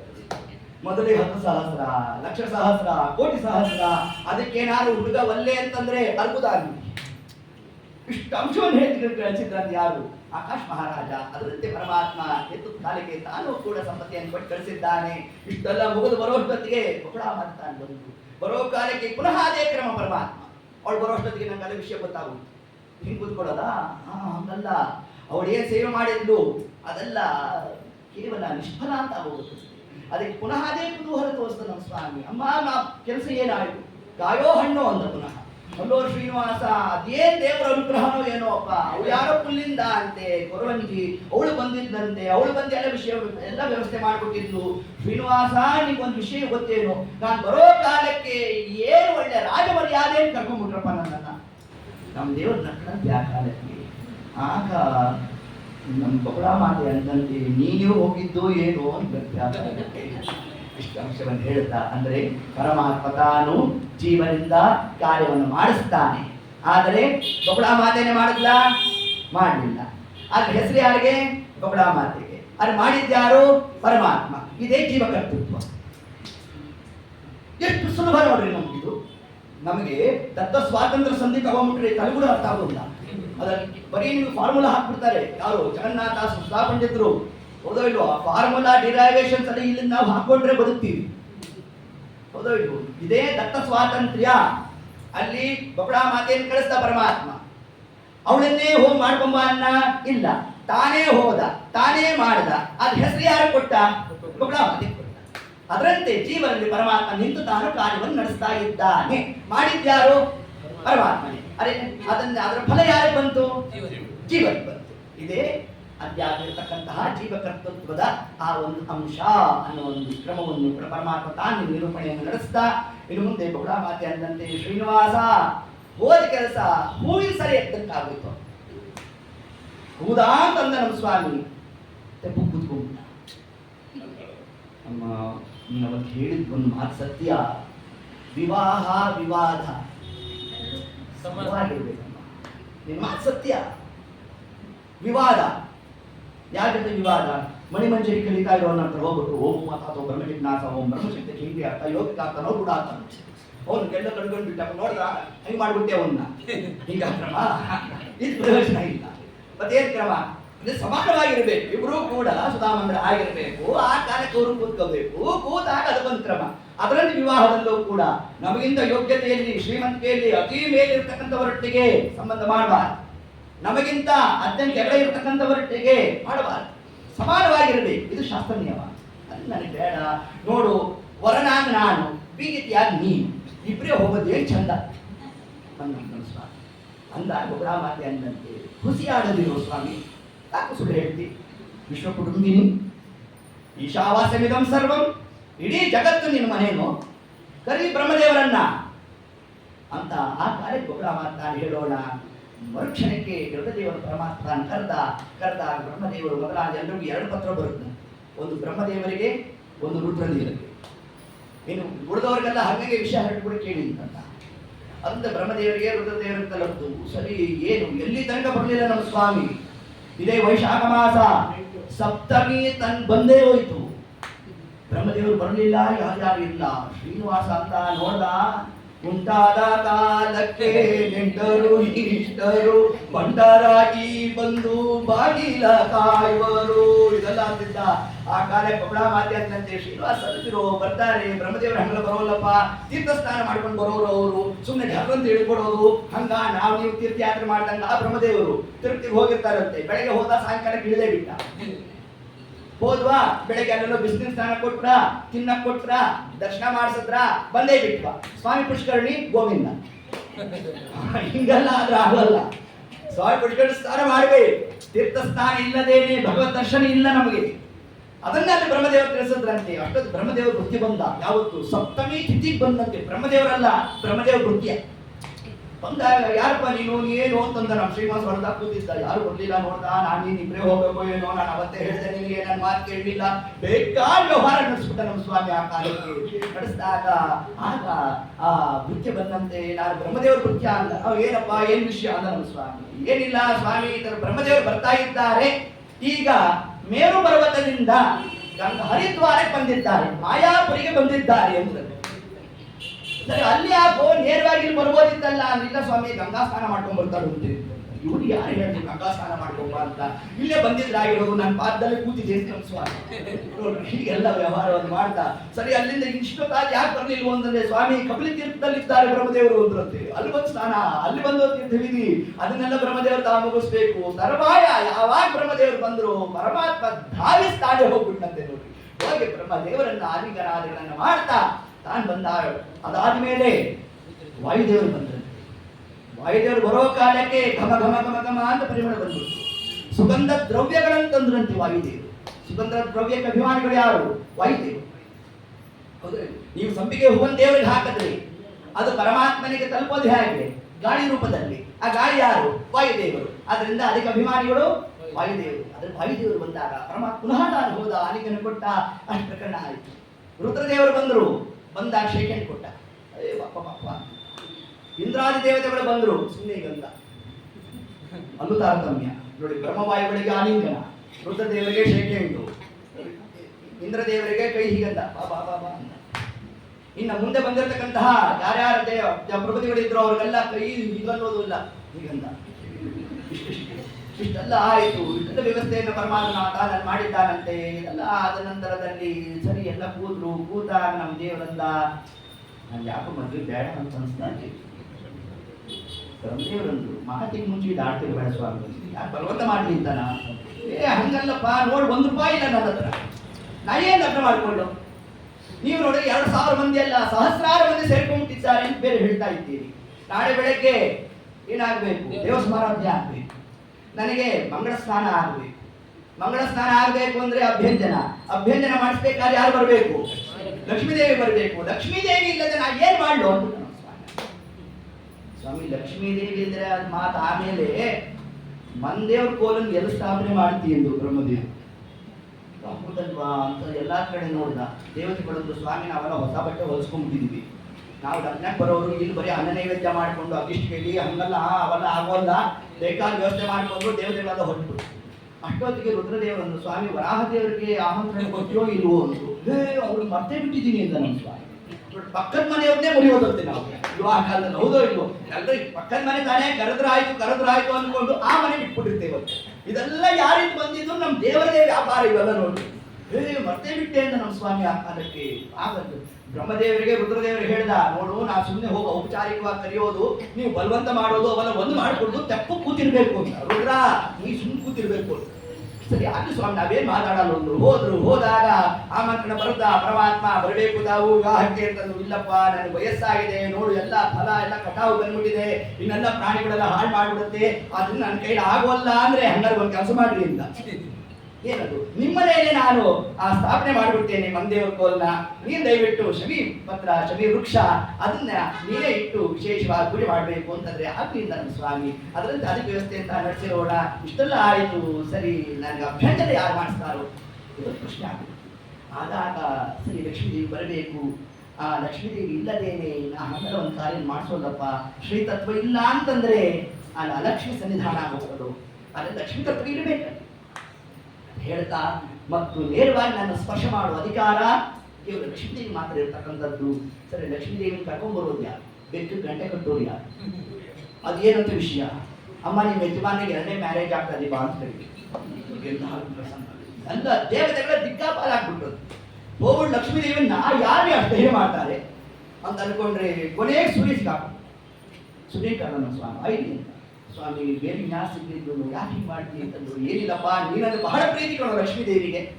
ಯಾಕೆಂದ್ರೆ ಅವಳಿಗೆ ಆಸನ, ಅವಳ ಕೈಲಿರ್ತಕ್ಕಂಥ ಪುಷ್ಪಗಳು, ಅದಕ್ಕೆಲ್ಲ ಮಿತ್ರ ಸ್ಥಾನದಲ್ಲಿ ಇರೋರು ಯಾರು? ನೀನೇ. ಆದ್ರಿಂದ ನೀವು ಕರ್ಕೊಂಡ್ಬರ್ಬೇಕು. ನಾ ಏನ್ ಹೇಳು ಸ್ವಾಮಿ, ಒಂದು ಕೆಲಸ ಮಾಡು, ಅಮ್ಮ ನಿನ್ ಗಂಡ ಆಗ್ಲೋ ಈಗ್ಲೋ ಅಂದ್ರು. ಸೂರ್ಯ ಅಂದ, ಸ್ವಾಮಿ ಕಪಾಳ ಮೋಕ್ಷ ಮಾಡಿಸ್ಬೇಕು ಅಂತಿದ್ಯೋ ಏನು? ಆಗ ನನ್ನ ಸ್ವಾಮಿ ಅನ್ನಂತೆ, ಕತೆ ಹೇಳಿದಾರೋ ನಾನು ಹೋಗು ಅವರು ಒಂದು ಕೆಲಸ ಮಾಡು, ಲಕ್ಷ್ಮೀದೇವಿ ಮನೆಗೆ ಹೋಗು, ಮನೆ ಬಾಗ್ಲ ನಿಂತಿರು, ಹೋಗಿ ಅಳ್ತಾಳೆ. ಲಕ್ಷ್ಮೀದೇವಿ ಬರ್ತಾಳೆ. ಬಂದ ಮರುಕ್ಷಣಕ್ಕೆ ಅಮ್ಮ ನಿನ್ನ ಗಂಡ ಆಗ್ಲೋ ಈಗ್ಲೋ ಅನ್ನು ರಥ ಹತ್ಕೊಂಡು ಬರ್ತಾಳೆ. ಇಷ್ಟು ವ್ಯವಸ್ಥೆನ ಪರಮಾತ್ಮ. ಸರಿ, ಅದರಂತೆ ಸೂರ್ಯ ತಾನು ಹೊರಟಿದ್ದಾನೆ ರಥಾರೂಢನಾಗಿ. ಇಲ್ಲಿ ಪರಮಾತ್ಮ ಬ್ರಹ್ಮದೇವರು ರುದ್ರದೇವರು ಬೇಕಾದ ಹಾಸ್ಯ ಚಟಾಕಿಯನ್ನು ಹಾಸ್ತಾ ಇದ್ದಾನಂತೆ. ಎಷ್ಟು ಪರಮಾತ್ಮ ತಾನು ತಿಮ್ಮಪ್ಪ ಶೆಟ್ಟಿ ಲೆಕ್ಕಾಚಾರ ಅಂತಂದ್ರೆ ಮನೆ ಬಾಗಿಲ ಸ್ಕಂದನನ್ನು ನಿಲ್ಲಿಸ್ಬಿಟ್ಟಿದ್ದ. ಆರುಮುಖ ಎಲ್ಲಿ ಆ ಕಡೆಯಿಂದ ಎಲ್ಲಿ ಸೂರ್ಯನ ರಥ ಬರುತ್ತೋ ಲಕ್ಷ್ಮೀದೇವಿ ಬರ್ತಾಳೋ ವಿಷಯ ಮುಟ್ಟಿಸ್ಬೇಕು ನನಗೆ. ಅದರಲ್ಲಿ ಲಕ್ಷ್ಮೀದೇವಿ ತಾನು ಬರಬೇಕು. ಬರೋ ಕಾಲಕ್ಕೆ ಸ್ಕಂದ ತಾನು ಹೋಗಿ ಪರಮಾತ್ಮ ವಿಷಯವನ್ನು ಮುಟ್ಟಿಸ್ತಾ ಇದ್ದಾನಂತೆ. ಇಷ್ಟೊತ್ತಿ ಪರಮಾತ್ಮ ವಿನೋದದ ಚಟಾಕಿಯನ್ನು ಹಾರಿಸ್ತಾ ಆನಂದ ಭರಿತರಾಗಿ ತಾನು ತೋರ್ತಾ ಇದ್ರೆ ಸ್ವಾಮಿ ಲಕ್ಷ್ಮೀದೇವಿ ಬಂದು ಅಂತ ಅಂದು ಬರೋ ಕ್ಷಣಕ್ಕೆ ಪರಮಾತ್ಮ ಮುಖ ಹಿಂಗಾಕ್ಬಿಟ್ಟು 16 ವರ್ಷದಿಂದ ಬೆಡ್ರಿಡನ್ ಆದವನು ಹೆಂಗಿರ್ಬೇಕು ಹಂಗಂತ ಬರ್ತಾ ಇರೋಣ. ಬ್ರಹ್ಮದೇವರ ಮೇಲೆ ಒಂದ್ ಕೈ ಹಾಕ್ಬೇಕು, ರುದ್ರದೇವರ ಮೇಲೆ ಒಂದ್ ಕೈ ಹಾಕ್ಬೇಕು, ಕಾಲೇ ಇಡ್ಲಿಕ್ಕೂ ತ್ರಾಣ ಇಲ್ಲ. ಅಷ್ಟು ವ್ಯಾಪಾರವನ್ನು ಪರಮಾತ್ಮ ನಾನು ತೋರಿಸ್ತಾ ಇದ್ದಾನಂತೆ. 2 ಕಾಲು ಹಿಡ್ಕೊಂಡು ಎಳ್ಕೊಂಡು ಬರ್ತಾ ಇರಬೇಕು. ಬರುವ ಕಾಲ ಲಕ್ಷ್ಮೀದೇವಿ ನೋಡಲಂತೆ. ನೋಡಿ ಪರಮಾತ್ಮನ ಬಳಿಗೆ ಧಾವಿಸ್ತಾ ಓಡ್ಕೊಂಡು ಮುಂದೆ ಬಿಟ್ಟಂತೆ. ಬಂದು ಆ ಕಾಲಕ್ಕೆ ಲಕ್ಷ್ಮೀದೇವಿ ಕೂಡ ಸುಗಂಧ ದ್ರವ್ಯವನ್ನು ತಾನು ತಂದಿದ್ದು ಪರಮಾತ್ಮನ ಪಾದಕ್ಕೆ ತಾನು ಸಮರ್ಪಣೆಯನ್ನು ಮಾಡ್ತಾ ಆಲಿಂಗನವನ್ನು ಮಾಡುತ್ತಂತೆ. ಮಾಡಿಕೊಂಡ ಪರಮಾತ್ಮ ಅತ್ಯಂತ ಕೃಷನಾಗಿದ್ದ. ಸ್ವಲ್ಪ ಆಲಿಂಗನ ಮಾಡ್ಕೊಂಡಂಗೆ ಪೂರಿ ಹಿಟ್ಟಿನ ಎಣ್ಣೆಲಿ ಬಿಟ್ಟು ಉಬ್ಬತ್ತಲ್ಲ ಹಂಗ ಹೋಗ್ತಾ ಇದ್ದ. ಹಿಂಗೆ ಬಿಗಾಗ್ತಿದೆಯಲ್ಲ ಅನ್ಕೊಂಡು ಲಕ್ಷ್ಮೀದೇವಿ. ಇದು ಜಗತ್ತಿನಲ್ಲಿ ಇರ್ತಕ್ಕಂಥ ತತ್ವ ಅಂದ ನಮ್ಮ ಸ್ವಾಮಿ. ಯಾರೋ ಒಬ್ಬ ಅತ್ಯಂತ ಬಡತನದಲ್ಲಿ ಇದ್ದ, ಬಹಳ ಕೃಷ್ಣನಾಗಿದ್ದಂತೆ. ಸಂಪತ್ತು ಬಂತು ಅಂತಂದ್ರೆ ಸ್ವಲ್ಪ ದಷ್ಟಪುಷ್ಟ ಮುಖದಲ್ಲಿ ಒಳ್ಳೆ ಚೈತನ್ಯ ಬಂದ್ಬಿಡುತ್ತಂತೆ. ನೋಡಿ ಹೌದೋ ಇಲ್ವೋ? ಅದರಂತೆ ಲಕ್ಷ್ಮೀ ತತ್ವ ಬಂತು ಅಂತಂದ್ರೆ ಆಗ ಜೀವನಿಗೆ ಜೀವ ಕಳೆ ಪ್ರಾಪ್ತಿ ಅನ್ನೋ ಒಂದು ಅಂಶವನ್ನು ಕೂಡ ಪರಮಾತ್ಮ ತೋರಿಸ್ತಾ ಆ ಅಂಶವನ್ನು ನೋಡ್ತಾ ಆಗ ಲಕ್ಷ್ಮೀ ದೇವಿಗೆ ಬಂತಂತೆ, ಸ್ವಾಮಿ ನನಗೂ ಮಾಯೆ ತಂದ್ಯಾ ಲಾವಣ್ಯದಲ್ಲಿ ನೋಡೆ ಲೋಕ ಮೋಹಕನಯ್ಯ. ಯಾವ ಲಕ್ಷ್ಮೀ ದೇವಿಗೂ ಪರಮಾತ್ಮ ತಾನು ಮಾಯೆಯನ್ನು ಕೊಟ್ಟಿದ್ದಾನೋ, ಯಾವ ಲಕ್ಷ್ಮೀ ದೇವಿ ಪರಮಾತ್ಮನ ಮಾಯೆಗೆ ಒಳಗಾಗಿದ್ದಾಳೋ ಅವಳೇ ಮಾಯಾದೇವಿಯ. ಮಾಯಾಪತಿ ವಾಸುದೇವ. ಮಾಯಾ ಅಂದ್ರೆ ಇಚ್ಛಾ. ಪರಮಾತ್ಮನ ಇಚ್ಛೆಗೆ ಲಕ್ಷ್ಮೀ ದೇವಿಯು ಕೂಡ ಬದ್ಧಳಾಗಿದ್ದಾಳೆ ಅನ್ನೋ ಒಂದು ಅಂಶವನ್ನೇ ತಿಳಿಸ್ತಾ ಮುಂದೆ ಆ ನಮ್ಮ ದೇವರಂದ, ನೋಡು ನಾಳೆ ದೇವರ ಸಮಾರಾಧನೆ ಇದೆ, ನಂಗೆ ಮಂಗಳ ಸ್ನಾನ ಆಗಬೇಕು, ಏನೋ ಎತ್ತೋ ಅಂತಂದ್ರೆ ಸ್ವಾಮಿ ನಾನು ಇದ್ದೇನು ಅನ್ನೋ ಒಂದು ಆಕಾರ ಲಕ್ಷ್ಮೀದೇವಿ. ಆ ಸುಗಂಧ ದ್ರವ್ಯದಲ್ಲಿ ಲಕ್ಷ್ಮೀದೇವಿ ರೂಪ, ಆ ತೈಲದಲ್ಲಿ ಲಕ್ಷ್ಮೀದೇವಿ ರೂಪ, ಇನ್ನ ಆ ಬಿಸಿ ನೀರು ಅದು ಲಕ್ಷ್ಮೀದೇವಿ, ಆ ಪಾತ್ರೆ ಅದು ಲಕ್ಷ್ಮೀದೇವಿ. ಹೀಗೆ ಪಾತ್ರ ರೂಪದಲ್ಲಿ ಇದ್ದು ತಾನೇ ಸೇವೆ ಮಾಡುತ್ತೇವಳು. ಏನು ಧನ್ಯಳು ಲಕ್ಷ್ಮಿ ಅಂತ ಮಾನ್ಯಳು. ಉಳಿದಂತಹ ಎಲ್ಲ ದೇವತೆಗಳು ಪಾರ್ವತಿಯ ಮೊದಲಾದ ಎಲ್ಲ ಪ್ರಭತಿಗಳು ಎಲ್ಲ ಸುಮ್ಮನೆ ತಗೊಂಡೋಗಿ ಕೊಡ್ತಾ ಇರ್ಬೇಕು. ಈ ಬಲಸೇರಿಕೊಂಡು ಮಾಡ್ತಾ ಇರ್ತಾರೆ ನೋಡಿ, ಸುಮ್ಮನೆ ತಗೊಂಡೋಗಿ ದೂರದಲ್ಲಿ ಹೀಗೆ ಇಟ್ಬಿಡ್ಬೇಕು. ಕೈಯಿಂದ ಇಸ್ಕೊಂತಿರ್ಲಿಲ್ಲ ಲಕ್ಷ್ಮೀದೇವಿ. ನಿಲ್ರಿ ನೋಡಿ, ಯಾಕೆ ಪರಮಾತ್ಮನ ಅಭಿಷೇಕ ಸಾಮಾನ್ಯ ಅಲ್ಲ. ನೀವೆಲ್ಲ ಮುಟ್ಟಿದ್ದಲ್ಲ ಹಂಗಲ್ಲ ಅಲ್ಲ ಅಂದ್ರು ಲಕ್ಷ್ಮೀದೇವಿ ಆಗ್ತದೆ. ಅದರಂತೆ ಪರಮಾತ್ಮನ ಅಭ್ಯಂತರ ಸ್ನಾನ ಆ ಎಲ್ಲ ಪ್ರಕ್ರಿಯೆಗಳನ್ನು ಮುಗಿದಿದ್ದಂತೆ ಇಷ್ಟೆಲ್ಲ ಆಯಿತು. ಅಷ್ಟೊಂದು ಬ್ರಹ್ಮದೇವರು ಬಂದರು. ಸ್ವಾಮಿ ಸಾವಿರಾರು ಮಂದಿ ಸೇರಿಬಿಟ್ಟಿದ್ದಾರೆ, ಭೋಜನಕ್ಕೆ ಏನೋ ವ್ಯವಸ್ಥೆ. ನಾ ಏನ್ ಮಾಡಪ್ಪ ಮಾಯಾವಿ ಪರಮಾನಂದ ರುದ್ರದೇವರು ಕೋಪ ಹತ್ತು, ಸ್ವಾಮಿ ಇವೆಲ್ಲ ಆದ್ರೆ ಯಾಕೆ ಲಗ್ನ ಆಗ್ಬೇಕು ಅಂತ. ಅಲ್ಲಪ್ಪ ನನಗೆ ದುಡ್ಡು ಯಾರು ಕೊಡ್ತಾರೆ, ಮಾಡು ಸಾಲ ಅಂದ್ರು ರುದ್ರದೇವಿ. ಅಲ್ಲ ನನ್ನ ಸಾಲ ಯಾರು ಕೊಡ್ತಾರೆ, ನಾನು ಶುರುಕಿ ಆಗ್ತಿರ್ಬೇಕಾದ್ರೆ ಮಾಡುವುದು. ಸರಿ, ಅಷ್ಟೊತ್ತಿಗೆ ಕುಬೇರನ್ನು ಕರೆಸದಂತೆ. ಕುಬೇರ ಬಂದ, ಸ್ವಾಮಿ ಸಕಲ ಸಂಪತ್ತು ನಿಂದೇನು, ಬೇಕಾದವ ನಿಂದೆ ಅಂತ. ಹಂಗಲ್ಲ ನಮ್ಮ ಸ್ವಾಮಿ, ವ್ಯವಹಾರ ತಗೊಂಬ ಪತ್ರ ಬರ್ಕೊಡ್ತೇನೆ ಅಂತ ನಮ್ಮ ಸ್ವಾಮಿ. ಅದರಂತೆ ತಾನು ಪತ್ರವನ್ನು ಬರೆಯೋಣ, ತಾನು ಸಾಲವನ್ನು ಮಾಡೋಣ, ಬೇಕಾದ ಪದಾರ್ಥಗಳನ್ನ ತರಿಸಿದ್ದಾರಂತೆ. ಒಬ್ಬೊಬ್ಬ ದೇವತೆಗಳಿಗೆ ಒಂದೊಂದು ಕೆಲಸ ಹಂಚಿಬಿಟ್ಟ ನಮ್ಮ ಸ್ವಾಮಿ. ಅದರಲ್ಲಿ ಅಗ್ನಿದೇವರಿಗೆ ನೀನು ಅಡಿಗೆವನಾಗು ಅಂತ. ಎಷ್ಟು ಲೆಕ್ಕಾಚಾರ ಪರಮಾತ್ಮ. ಯಾಕೆ ಅಡಿಗೆ ಯಾರು ಅಂತ ಯಾರೋ ಈ ಆಚಾರಗಳು ಬರ್ತಾರೆ. ಈ ಆಚಾರಗಳನ್ನು ಸಂಭಾಳಿಸೋದೇ ದೊಡ್ಡ ಕಷ್ಟ. ಯಾರ್ದು ಅಡಿಗೆ ಅವ್ರು ಹೊರಟಿರ್ತೀವಪ್ಪ, ಹಿಂಗಾಗ್ಬಿಟ್ರೆ ಹಂಗೆಲ್ಲ ಆಗಬಾರ್ದು. ಯಾರು ಅಡಿಗೆ ಆದ್ರೂ ಮಾಧ್ಯಮ ಯಾರು? ಅಗ್ನಿದೇವರೇ. ಅದಕ್ಕೆ ನೀನೇ ಪಾಚಕ ಹಾಕ್ಬೋದು, ಜಿಜ್ಞಾಸನೆ ಇಲ್ಲ. ಇನ್ನು ನೈವೇದ್ಯ ಮಾಡಿದವರು ಯಾರ್ರಿ? ಬ್ರಹ್ಮದೇವ್. ಅಲ್ಲೂ ಜಿಜ್ಞಾಸ ಇಲ್ಲ ನೋಡಿ. ಒಂದಕ್ಕೊಬ್ರು ಯಾರು ಕೂಡ ಟಕ್ಕನ್ಬಾರ್ದು. ಒಂದು ಬ್ರಾಹ್ಮಣರು ಬಡಿ ಸರಿ ಹೋಗ್ಲಿಲ್ಲ, ಆ ಹಂಗದ ವ್ಯವಸ್ಥೆ ಅಲ್ಲ. ಅದಕ್ಕೆ ಏನ್ ಮಾಡ್ಬಿಟ್ಟ ಪರಮಾತ್ಮ, ಸ್ಕಂದನನ್ನು ಕರೆಸ್ದ. ಯಾರ್ಯಾರು ಮಣಿಮಂಜರಿ ಓದಿದ್ದಾರೆ ಅವರೆಲ್ಲ ಒಂದು ಪಂಕ್ತಿ, ಮತ್ತು ಮಧುವಿಜಯ ಯಾರ್ದಾಗಿದೆ ಅವ್ರು ಇನ್ನೊಂದು ಪಂಕ್ತಿ. ಶ್ರೀಮನ್ಯಾಸದ ಓದಬೇಕು ಅಂತ ಯಾರಿದ್ದಾರೆ ಅವ್ರು ಒಂದು ಪಂಕ್ತಿ. ಯಾರು ಓದಿದ್ದಾರೆ ಅವರೊಂದು ಪಂಕ್ತಿ. ಓದಿದ ಮೇಲೂ ಯಾರು ಅಹಂಕಾರ ಬಂದಿಲ್ಲ ಅವ್ರ ಮೇಲ್ ಪಂಕ್ತಿ. ನೋಡಿ ಇಷ್ಟು ಅಂಶ ಮಾಡಿಬಿಟ್ರೆ ಪರಮಾತ್ಮ. ಅದರಂತೆ ಸ್ಕಂದ ತಾನು ನೇಮಕ ಮಾಡಿಬಿಟ್ಟಂತೆ ಒಂದೊಂದು ಕಾರ್ಯವನ್ನು ಇಷ್ಟು ಕ್ರಮದಲ್ಲಿ ತಾನು ಪರ್ವತವನ್ನು ಮಾಡಿಸ್ತಾ ಮುಂದೆ ಯಮಧರ್ಮರಾಜ ಬಂದ. ಸ್ವಾಮಿ ನಮ್ಮ ಭಟ್ರಗಳಲ್ಲಿ ಕೆಲಸನೇ ಇಲ್ಲ. ಯಾಕೆ ಶ್ರೀನಿವಾಸ ಕಲ್ಯಾಣ ಮುಗಿಯೋ ತನಕ ಯಾರ ಮನೆಗೂ ಸಾವಿಲ್ಲ, ನೋವಿಲ್ಲ, ಅವ್ರು ಯಾರಿಗೂ ಮೈಲಿಗೆ ಶಬ್ದ ಇಲ್ಲ. ನಮ್ಮ ಭಟ್ರಲ್ಲಿ ಏನ್ ಮಾಡ್ಬೇಕು ಸ್ವಾಮಿ? ಸುಮ್ ಕೂತ್ಬಿಟ್ಟಿದ್ದಾರೆ ಮೊಬೈಲ್ ತಿರುಗಿಸ್ಕೊಂಡು. ಏನ್ ಮಾಡ್ಬೇಕು ಅಂತಂದ್ರೆ, ಹೌದಾ, ಹಂಗಾರೆ ಒಂದು ಕೆಲಸ ಮಾಡು. ಆ ಎಲ್ಲ ಭಟ್ರ ಕೆಲಸ ಏನು ಅಂತಂದ್ರೆ, ನಿನ್ನ ಭಟ್ರು ಯಾರ್ಯಾರು ಏನಾರು ಪದಾರ್ಥ ಕಳ್ಕೊಂಡಿದ್ರೆ ಅದೆಲ್ಲ ಅವ್ರವ್ರಿಗೆ ತಲುಪಿಸೋ ಜವಾಬ್ದಾರಿ ನಿನ್ನ ಭಟ್ರ. ಪಿತೃದೇವತೆಗಳು ಬಂದ್ರು, ಸ್ವಾಮಿ ಪಿಂಡ ಪ್ರಧಾನನೇ ನಡೀತಾರೆ, ಅವೇನ್ ಮಾಡ್ಬೇಕು? ಎಲ್ಲ ಕುಟುಂಬ ಧ್ವನಿ ಕಟ್ಟಿ ಅಂತ. ಅದಕ್ಕೆ ಪಿತೃಕಾರ್ಯದಲ್ಲಿ ಧ್ವನಿಗೆ ಪ್ರಾಧಾನ್ಯ. ಧ್ವನಿ ಕಟ್ಟಾಕ್ ಕೂತಿದ್ರು. ಇನ್ನು ನಕ್ಷತ್ರಾಭಿಮಾನಿ ದೇವತೆಗಳೆಲ್ಲ ಬಂದ್ರು, ಸ್ವಾಮಿ ನಮ್ದೇನು ಅಂದ್ರು. ಎಲ್ಲ ಆಕಾಶ್ ಮಹಾರಾಜನ ಪುರಕ್ಕೆ ಹೋಗ್ರಿ. ನಾನು ಬರೋಷ್ಟಕ್ಕೆಲ್ಲ ಲೈಟಿಂಗ್ ಅರೇಂಜ್ಮೆಂಟ್ ನಿಮ್ದೆ. ಅದಕ್ಕೆ ಅಧಿಪತಿ ಯಾರು? ಚಂದ್ರ. ಇನ್ನ ಅಲ್ಲಿ ವೇದಿಕೆ ನಿರ್ಮಾಣ ಆಗಬೇಕು, ಒಳ್ಳೆ ಸಂಪದ್ಭರಿತವಾಗಿರಬೇಕು. ಅದಕ್ಕೆ ಯಾರು? ದೇವೇಂದ್ರ. ಇಂದ್ರನ್ ಕಳಿಸ್ಕೊಟ್ಬಿಟ್ಟ ಪರಮಾತ್ಮ. ಅಲ್ಲೋ ವ್ಯವಸ್ಥೆ ಮಾಡುವಂತ ನಮ್ಮ ಸ್ವಾಮಿ. ಹೀಗೆ ಒಬ್ಬೊಬ್ಬರಿಗೆ ಒಂದೊಂದು ಕಾರ್ಯವನ್ನು ನೇಮಕ ಮಾಡ್ದ. ಇದಾದ್ಮೇಲೆ ಅಗ್ನಿದೇವರು ಬಂದರು. ಸ್ವಾಮಿ ನನಗೇನು ಅಡುಗೆ ಮಾಡ್ಲಿಕ್ಕೆ ಹೇಳಿದ್ಯಾ? ಬೇಕಾದ್ ಮಾಡ್ತೇನೆ. ಪಾತ್ರೆ ಇಲ್ಲ. ಹೌದಪ್ಪ, ನಿಮ್ಮ ಮನೆ ಮದ್ವೆಗಾದ್ರೆ ಎಲ್ಲಿಂದಾದ್ರೂ ಪಾತ್ರೆಗಳು ಬಂದ್ಬಿಡುತ್ತೆ. ನನ್ನ ಮದ್ವೆ ಅಲ್ವಾ, ಅದಕ್ಕೆ ಬರಲ್ಲ. ಹೌದು ಸ್ವಾಮಿ, ನಿನ್ನ ಮದ್ವೆ ಅದಕ್ಕೆ ಬರೋಲ್ಲ ಅಂತ. ನನ್ನ ಮದ್ವೆಯಲ್ಲಿ ಬರೋದು 100 ಜನನೋ 200 ಜನನೋ, ಅದಕ್ಕೆ ಎಲ್ಲಾರು ತಗೊಂಡ್ಬಂದ್ಬಿಡ್ತೀವಿ. ನಿನ್ನ ಮದುವೆ ನೋಡ ಅಸಂಖ್ಯಾತ ಮಂದಿ ಬಂದ್ಬಿಟ್ಟಿದ್ದಾರೆ, ಎಲ್ಲಿ ತರಲೋ ನಾವು ಪಾತ್ರೆ? ಹಂಗಾದ್ರೆ ನಮ್ಮ ಸ್ವಾಮಿ ಆಕಾರಕ್ಕೆ 7 ಮೋಕ್ಷಪ್ರದ ತೀರ್ಥಗಳಲ್ಲಿ ಒಂದೊಂದರಲ್ಲಿ ಒಂದೊಂದು ಭಕ್ಷ್ಯ ಭೋಜ್ಯಾದಿರ ನಡೆಸುವಂತ ಸ್ವಾಮಿ. ಪುಷ್ಕರಣಿಯಲ್ಲಿ ಪರಮಾತ್ಮ ಓದನ ಅನ್ನವನ್ನು ಮಾಡಿಸುವಂತಂದ. ಅದರಂತೆ ಆಕಾಶಗಂಗೆಯಲ್ಲಿ ಪಂಚಭಕ್ಷ ಪರಮಾಣವನ್ನು ಮಾಡಿಸುವಂತ ಹೇಳಿದ್ದಾನಂತೆ. ಪಾಪ ವಿನಾಶಿನಿಯಲ್ಲಿ ಸೂಪಾದ ತವೆಯನ್ನು ಮಾಡಿಸುವಂತ ಹೇಳಿದ್ದಾನಂತೆ. ಹೀಗೆ ಒಂದೊಂದು ತೀರ್ಥದ ಒಂದೊಂದು ಭಕ್ಷ್ಯ ಭೋಜ್ಯಾದಿಗಳನ್ನೆಲ್ಲ ತಯಾರು ಮಾಡಿರ್ಬೇಕು. ಅಗ್ನಿದೇವರು ಬಂದ್ರು, ಸ್ವಾಹಾದೇವಿ ಅವರೆಲ್ಲ ಸಹಾಯಕರಾಗ್ಬಿಟ್ಟಿದ್ರು. ಆತಾತ ಕೊನೆಗೆ ಅಗ್ನಿದೇವರು ಬಂದು, ಸ್ವಾಮಿ ಎಲ್ಲ ತಯಾರಾಗಿದೆ, ಸ್ವೀಕಾರ ಮಾಡುವಂತಂದು. ಆಗ ಬ್ರಹ್ಮದೇವರನ್ನು, ಸ್ವಾಮಿ ಬಾ ಬಂದು ಸ್ವೀಕಾರ ಮಾಡ್ಬಿಡು. ನಮ್ಮ ದೇವರಂದ ಅದನ್ನ ನೈವೇದ್ಯ ಆಗ್ಬೇಕು. ನೀನೇ ಸ್ವೀಕಾರ ಮಾಡೋ, ನೈವೇದ್ಯ ತಾನೆ ಅಂತಂದ್ರೆ ಲೋಕದಲ್ಲಿ ಅದೇ ಖ್ಯಾತಿ ಆಗೋದು. ಮದುವೆ ದಿವಸ ಹುಡುಗನೇ ಬೇಕು ತಿನ್ನುವ, ಅವನೇ ಮೊದಲು ತಿನ್ಬೇಕು, ಮಾತು ಭೋಜನ ತರ ಆಗೋದು. ಬೇಡಪ್ಪ ಅಂತ ಹೇಳ್ತಾ ಅದನ್ನ ನರಸಿಂಹ ರೂಪಿಯಾದ ಅಹೋಬಿಲ ನರಸಿಂಹದೇವರಿಗೆ ನಿವೇದನ ಅಂದ್ಬಿಟ್ಟ ನಮ್ಮ ಸ್ವಾಮಿ. ಯಾಕೆಂದ್ರೆ ವೈಷ್ಣವರು ಅಂತ, ನನ್ನ ಮದುವೆಗೆ ಬರೋರೆಲ್ಲ ಯಾರು? ವೈಷ್ಣವರು. ಆ ವೈಷ್ಣವರ ಲಕ್ಷಣ ಯಾವಿರುತ್ತೆ ಅಂದ್ರೆ ನರಸಿಂಹದೇವರ ಪ್ರಸಾದ ಸ್ವೀಕಾರ ಮಾಡಿದ್ರೆ ಅವರಲ್ಲಿ ವೈಷ್ಣವತ್ವ ಪ್ರಾಪ್ತಿ. ಆದ್ದರಿಂದ ಆ ಒಂದು ಮಾನದಂಡವನ್ನು ಹಿಡಿದ ಪರಮಾತ್ಮ ತಾನೇನ್ ಮಾಡಿದಂತೆ ಈ ನೈವೇದ್ಯವನ್ನ ಅಹೋಬಿಲ ನರಸಿಂಹದೇವರಿಗೆ ನೀನು ಸಮರ್ಪಣೆ ಮಾಡು ಅಂತ ನಮ್ಮ ಸ್ವಾಮಿ ತಾನು ಹೇಳೋಣ. ಬ್ರಹ್ಮದೇವರ ನೈವೇದ್ಯ ಮಾಡೋಣ, ನರಸಿಂಹದೇವರ ಸ್ವೀಕಾರ ಮಾಡಿರೋಣ. ಯಾರು ಊಟ ಬಿಟ್ಟು ಹೋಗ್ತಾರೆ ನೋಡೋಣ. ಎಷ್ಟು ವ್ಯವಸ್ಥೆ ಮಾಡಿದ್ದ ನಮ್ಮ ಸ್ವಾಮಿ ಆ ಕಾಲಕ್ಕೆ. ಇಷ್ಟು ಕ್ರಮವನ್ನು ತಾನನ್ನು ಮಾಡ್ತಾ ಮುಂದೆ ಆ ಮನದೇವ ಪೂಜೆ ಪ್ರತಿಯೊಂದನ್ನು ಕೂಡ ವಸಿಷ್ಠರು ತಾವು ನಿಂತು ಆ ಕಾರ್ಯವನ್ನು ಪೂರ್ಣ ಮಾಡ್ತಾ ಇರೋಣ. ಅಲ್ಲಿಂದ ಮುಂದೆ ಅಸಂಖ್ಯಾತ ಮಂದಿ ಭೋಜನಾದಿಗಳನ್ನು ನಡೆಸಿ ಮದುವೆ ದಿಬ್ಬಣ ತಾನು ಹೊರಟೆ ಬಿಡುತ್ತಂತೆ. ಹೊರಟಾಗ ಆಗ ಆಶ್ರಮ ಮಾರ್ಗ ಮಧ್ಯದಲ್ಲಿ ಬಂದವರೇ ಶುಕಾಚಾರ್ಯರ ಆಶ್ರಮ. ಎಲ್ರಿಗೂ ವ್ಯವಸ್ಥೆ ಇಲ್ಲ, ಅಲ್ಲಿ ಒಳಗಡೆ ಪ್ರವೇಶ ಇದು ಹೃದಯದಲ್ಲಿ ಎಲ್ರಿಗೂ ಅತ್ಯಾಗ ಅವಕಾಶ ಇದೆಯಾ? ಇಲ್ಲ. ಯಾರ್ಯಾರಿಗೆ ಲಕ್ಷ್ಮೀದೇವಿ, ಪರಮಾತ್ಮ, ಬ್ರಹ್ಮವಾಯುಗಳು ಇಷ್ಟು ಮಂದಿ ಮಾತ್ರ ಆಗ್ತದೆ. ಅದ್ರ ಜೊತೆ ಬೊಬ್ಬಳ ಮಾತೆ ಸ್ವಲ್ಪ ಅಡಿಷನಲ್ ಸೇರಿಸ್ಕೊಂಡ ಸ್ವಾಮಿ. ನಾನು ಬೇಕಾದ್ ಮಾಡಿದ್ದಾಳೆ ದ್ವಾಪರಯುಗದಲ್ಲಿ ಬಾಂತಕರ ಸ್ವಾಮಿ. ಹೋದಾಗ ಶುಕಾಚಾರ್ಯ ತತ್ಕಾಲಕ್ಕೆ ತಾವೇನ್ ಬಡಿಸಿದ್ರಂತೆ? ಒಂದಿಷ್ಟು ಗೊಡ್ಸಾರು ಅನ್ನ ಇಷ್ಟು ಬಡಿಸಿದ್ರ. ಆ ಗೊಡ್ಸಾರು ಅಂದ್ರೇನು? ಹುಣಸೆ ಗೊಜ್ಜು. ಹುಣಸೆ ಗೊಜ್ಜನ್ನು ಬಡಿಸಿದ್ರಂತೆ. ಅದು ಪರಮಾತ್ಮ ತಾನು ಸ್ವೀಕಾರ ಮಾಡ್ದ. ಆ ಸ್ವೀಕಾರ ಏನು ಆಯ್ತು ಅದೆಲ್ಲ ಸರಿ.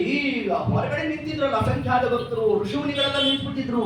ಒಬ್ಬೊಬ್ಬರೇ ಮಾತಾಡ್ಕೊಂಡು, ಅಲ್ಲ ಶ್ರೀನಿವಾಸ ಏನೋ ಮದುವೆ ಇದರಲ್ಲಿ ಸಂತಸದಲ್ಲಿದ್ದಾನೆ, ಅವನ ಬಗ್ಗೆ ಆಕ್ಷೇಪಣೆ ಅಲ್ಲ.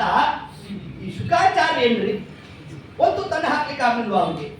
ಅವೇನು ಪಂಚಮೋಕ್ಷ ಪರಮಾತ್ಮ ಕೇಳ್ತಿದ್ವು ಅವ್ರ ಹತ್ರ ಅಂತ. ಅಲ್ಲೇ ಗಮನ ರೆಡಿಮೇಡ್ ಇತ್ತು ಅವ್ರ ಹತ್ರ. ತಗೊಂಡ್ರು. ನೇರ ಅತ್ಯಾಪಿ ಜಲವನ್ನು ಹಾಕಬೇಕು, ಅದನ್ನು ಅಭಿಮಂತ್ರಿಸಬೇಕು, ಶುಕಾಚಾರ್ಯನಲ್ಲಿ ನೇನು ಅದನ್ನು ಪ್ರೋಕ್ಷಣೆ ಮಾಡಬೇಕು. ಆ ನಮ್ಮ ದೇವರಂದ ಭಕ್ತಿಯಿಂದ ಯಾವುದು ಸಮರ್ಪಣೆ ಮಾಡಿದ್ದಾರೆ, ತಾವು ತಮ್ಮ ಪತ್ನಿ ಯಾವುದಕ್ಕೆ ಅಭಿಮಾನಿಗಳೋ ಅದನ್ನೇ ಸಮರ್ಪಣೆ ಮಾಡಿದ್ರಂತೆ ಶುಕಾಚಾರ್ಯರು. ಆತ್ಮನಿವೇದನಂ ಅಂತ ತಿಳಿಸಿದ್ರು. ಅಂದ್ರೆ ಹುಣಸೆ ಗೊಜ್ಜು ಅಂದ್ರೆ ಏನು? ಹುಣಸೆ ಹುಡಿ ಪದಾರ್ಥ. ಹುಡಿ ಪದಾರ್ಥಕ್ಕೆ ಅಭಿಮಾನಿ ಯಾರು? ಪಾರ್ವತಿ ದೇವಿ. ಪಾರ್ವತಿ ದೇವಿಯ ಜೊತೆಗೆ ಯಾರು ಗ್ರಾಹ್ಯರು? ರುದ್ರದೇವರು. ಹಾಗಾದ್ರೆ ರುದ್ರದೇವರು ಮತ್ತು ಪಾರ್ವತಿ ದೇವಿ ಯಾವುದಕ್ಕೆ ಅಭಿಮಾನಿಗಳು? ಹುಡಿ ಪದಾರ್ಥಕ್ಕೆ. ತಾವು ಯಾವುದಕ್ಕೆ ಅಭಿಮಾನಿಗಳು ಅದನ್ನೇ ಪರಮಾತ್ಮನಿಗೆ ಅರ್ಪಣೆ ಮಾಡಿದರು. ಅಂದ್ರೆ ಆತ್ಮನಿವೇದನಂ. ಆ ಕ್ರಮದಿಂದ ತನ್ನನ್ನ ತಾನೇ ಸಮರ್ಪಣೆ ಮಾಡಿಕೊಂಡ್ರೆ ಅವ್ರನ್ನ ನಾನು ಅನುಗ್ರಹ ಮಾಡಿ ಬಿಡ್ತೇನಾದ್ರೂ ನಮ್ಮ ಸ್ವಾಮಿ ಆ ಕಾಲಕ್ಕೆ ಹೋದ ತೇಗ್ಬಿಟ್ಟಂತೆ ಸ್ವಾಮಿ. ಎಲ್ಲ ತೇಗಿದ್ರೆ ಕೈ ನೀರು ಹಾಕೊಂಡಿದ್ರಲ್ಲ, ಆ ನೀಡಿದ್ದಲ್ಲ ಯಾಕೋ ಅಲಂಕಾರ ಬ್ರಾಹ್ಮಣ ಊಟ ಮಾಡ್ದಂಗೆ ಆಗ್ಬಿಟ್ರು. ಯಾಕೆ ಹೀಗಾಯ್ತು ಅಂತ ಅನ್ಕೊಂಡಿದ್ದೆ. ಏನ್ರಿ ಶುಕಾಚಾರ ಮಹಿಮಾ ಅಂತೆಲ್ಲ ಅಂತ ಯಾವ ಜಲದಿಂದಾಗಿ ಶುಕಾಚಾರ್ಯ ಶಾಪ ಕೊಡಬೇಕಾಗಿತ್ತು. ಶತಮಾನಂಭವ ದಶದಾಯ ಪುರುಷೇಂದ್ರಿಯ ಆಯುಷ್ಯೇಂದ್ರಿಯೇ ಪ್ರತಿಷ್ಠತಿ ದೀರ್ಘಮಾಯು ಅಂತ ಹಿಂಗೆ ಪರಮಾತ್ಮ ತಾನು ಶಾಪವನ್ನು ಅನುಗ್ರಹ ಮಾಡಿಸ್ಬಿಟ್ಟ. ಏನು ಕರುಣಾ ನಿಧಿಯೋ ಹರಿಯು, ಮತ್ತೇನು ಭಕ್ತ ನೀರನೋ, ಮತ್ತೇನು ಈತನ ಲೀಲೆ ಇಚ್ಛಾ ಮಾತ್ರ. ಇಷ್ಟು ಅಂಶವನ್ನು ಪರಮಾತ್ಮ ತಾನಲ್ಲಿ ನಿರೂಪಣೆಯನ್ನು ಮಾಡ್ತಾ ಮುಂದೆ ಆ ಮದುವೆ ದಿಬ್ಬಣ ತಾನು ಹೊರಟಿರೋ ಕಾಲಕ್ಕೆ ಆಕಾಶ ಮಹಾರಾಜ ಪರಮಾತ್ಮ ಸ್ವಾಮಿಗಳು ಬೇರ್ಪೆಟ್ಟಿಗೆ ತರ್ತಾ ಇದ್ದಾರೆ ಎನ್ನುವ ಕಾಲಕ್ಕೆ ಪೂರ್ಣಕುಂಭಾರಿಗಳನ್ನ ಅದರಂತೆ ಮಂಗಳವಾದ್ಯಾದಿಗಳನ್ನೆಲ್ಲ ನಾವು ತರಿಸಿ ಕಾಯ್ತಾ ನಿಂತಿರ್ತೇವೋ ಆ ಕಾಲಕ್ಕೆ ಹೇಗೆ ಆ ಸ್ವಾಮಿಗಳು ಬ್ಯಾಂಕ್ ಬಂತು ಅಂತ ಅವರು ಪರಿಚಾರಕರು ನಮ್ಗೆ ತೋರಿಸ್ತಾರೆ, ಇದೇ ನೋಡ್ರಿ ಅಂತ ಹೇಳ್ತಾರೆ ನೋಡ್ರಿ. ಅದರಂತೆ ಆಕಾಶ ಮಹಾರಾಜ ಯಾರು? ವರುಣದೇವರಿಗೆ ಪರಮಾತ್ಮನ ಪರಿಚಯ ಮಾಡಿಸ್ಬೇಕಾದ್ರೆ ಅವರಿಗಿಂತ ಉತ್ತಮರಾಗಬೇಕಲ್ಲ. ಅದಕ್ಕೆ ಯಾರು ನಿಂತಿದ್ರಂತೆ? ಇಂದ್ರದೇವರು ನಿಂತಿದ್ರಂತೆ. ಅಂದ್ರೆ ಅವಾಂತರ ಮನೋನಿಯಾಮಕರು ಅವರು ನಿಂತಾಗ ಆಗದ್ರಂತೆ ಆಕಾಶ ಮಹಾರಾಜ ಏನ್ ಪುಣ್ಯನು ನಿಂತು ಸಾಕ್ಷಾತ್ ಜಗತ್ಸ್ವಾಮಿ ಆದ ಪರಮಾತ್ಮ ನೋಡು ಅವನೇ ನಿನಗೆ ಐದು ಬರ್ತಕ್ಕಂಥವನು ಅಂತ ಹೇಳಿದ್ರೆ ಆಕಾಶ ಮಹಾರಾಜ ಧಾರಾ ಕಾಡುವ ಕಂಡಲ್ಲಿ ನೀರು ಸುತ್ತಾ ಇದ್ದಾನಂತೆ. ಅಂತಹ ದೈವಿಕಮಾನವಾದಂತಹ ಪರಮಾತ್ಮನ ಅಜ್ಞಾತ ರೂಪವನ್ನು ನೋಡ್ತಾ ಆಕಾಶ ಮಹಾರಾಜ ಪರಮಾತ್ಮ ತಾನು ಬರಮಾಡಿಕೊಂತಾ ಇದ್ದಾನಂತೆ. ಬರಮಾಡಿಕೊಳ್ಳುವ ಕಾಲಕ್ಕೆ ಜಗನ್ನಮ್ಮ ಗೋಪಾಲದಾಸ ತಾವು ತಿಳಿಸಿದ್ದಾರಲ್ಲ ಒಂದು ದೇವರಾಮ ಯಾವುದು ಪರಮಾತ್ಮನ ಹೆಂಗಿರ್ಬೇಕಂತೆ. ತಡಮಾಡ ಬ್ಯಾಡವೋ ಹೇನಲ್ಲ ವಾಕುಲಾಲಿಸೋ ಎನ್ನೊಡೆಯ ಶ್ರೀ ಗೋಪಾಲ ವಿಠಲ ದೇವಾಪರಾಕು ಅಡಿಯೀಡು ಭಕ್ತ ವತ್ಸಲ ಶ್ರೀ ಲಕುಮಿ ನಲ್ಲ ಮೊಡುವಿನೊಳಗೆ ಗಜ ಮೊರಗಿಟ್ಟ ಲಾಕ್ಷಣ ಮಡದಿಗೆ ಹೇಳದೆ ದುಡ್ಡನೆ ಬಂದು ಹಿಡಿದು ನತ್ರನ ಬಾಯ್ ಕಡಿದು ಬಿಡಿಸಿದ್ದಾನೆ ಸಡಗರದಲ್ಲಿ ರಮ್ಮೆ ಕೊಡವಿಯ ನಡಗುಡಿ ಬಾರಯ್ಯ ಬಾಬಾ ಬಾಬಾ ಬಾಬಾ ಬಾಬಾ ಬಾಬಾ ಬಾಬಾ ಬಾ ಭಗತಾರ ಪ್ರಿಯ ಶ್ರೀನಿವಾಸರಾಯ. ಹೇ ಜಗಜ್ಜನ್ಮಾಧಿಕರ್ತ ಓಂ ಜನ್ಮಾದ್ಯಸ್ಯತಃ ಓಂ. ಹೀಗೆ ಜಗತ್ಸ್ವಾಮಿ ಅಂತ ಪರಮಾತ್ಮನನ್ನ ಆಕಾಶ ಮಹಾರಾಜ ತಾನು ಕರೆದು ಲೇಖಾ ಸತ್ಕಾರಾದಿಗಳನ್ನ ತಾನು ನಡೆಸ್ತಾ ಇರೋಣ. ಆ ದಿವಸ ವರಪೂಜೆ ಮೊದಲಾದ ಎಲ್ಲ ಪ್ರಕ್ರಿಯೆಗಳನ್ನು ನಡೆಸಿದ್ದಾರಂತೆ. ಮಾರನೇ ದಿವಸ ನಮ್ಮಲ್ಲಿ ಮುಹೂರ್ತ ಅಂದ್ರೆ ಯಾವ್ದು ಮುಹೂರ್ತ? ಅದೇ ಕರೇಶಲ್ಯವನ್ನು ಹಿಡಿದಿರಬೇಕು. ಜಗಸ್ವಾಮಿ ಆದ ಪರಮಾತ್ಮ ತಾನು ಅಲಂಕಾರ ಭೂಷಣಗಿರೋಣ.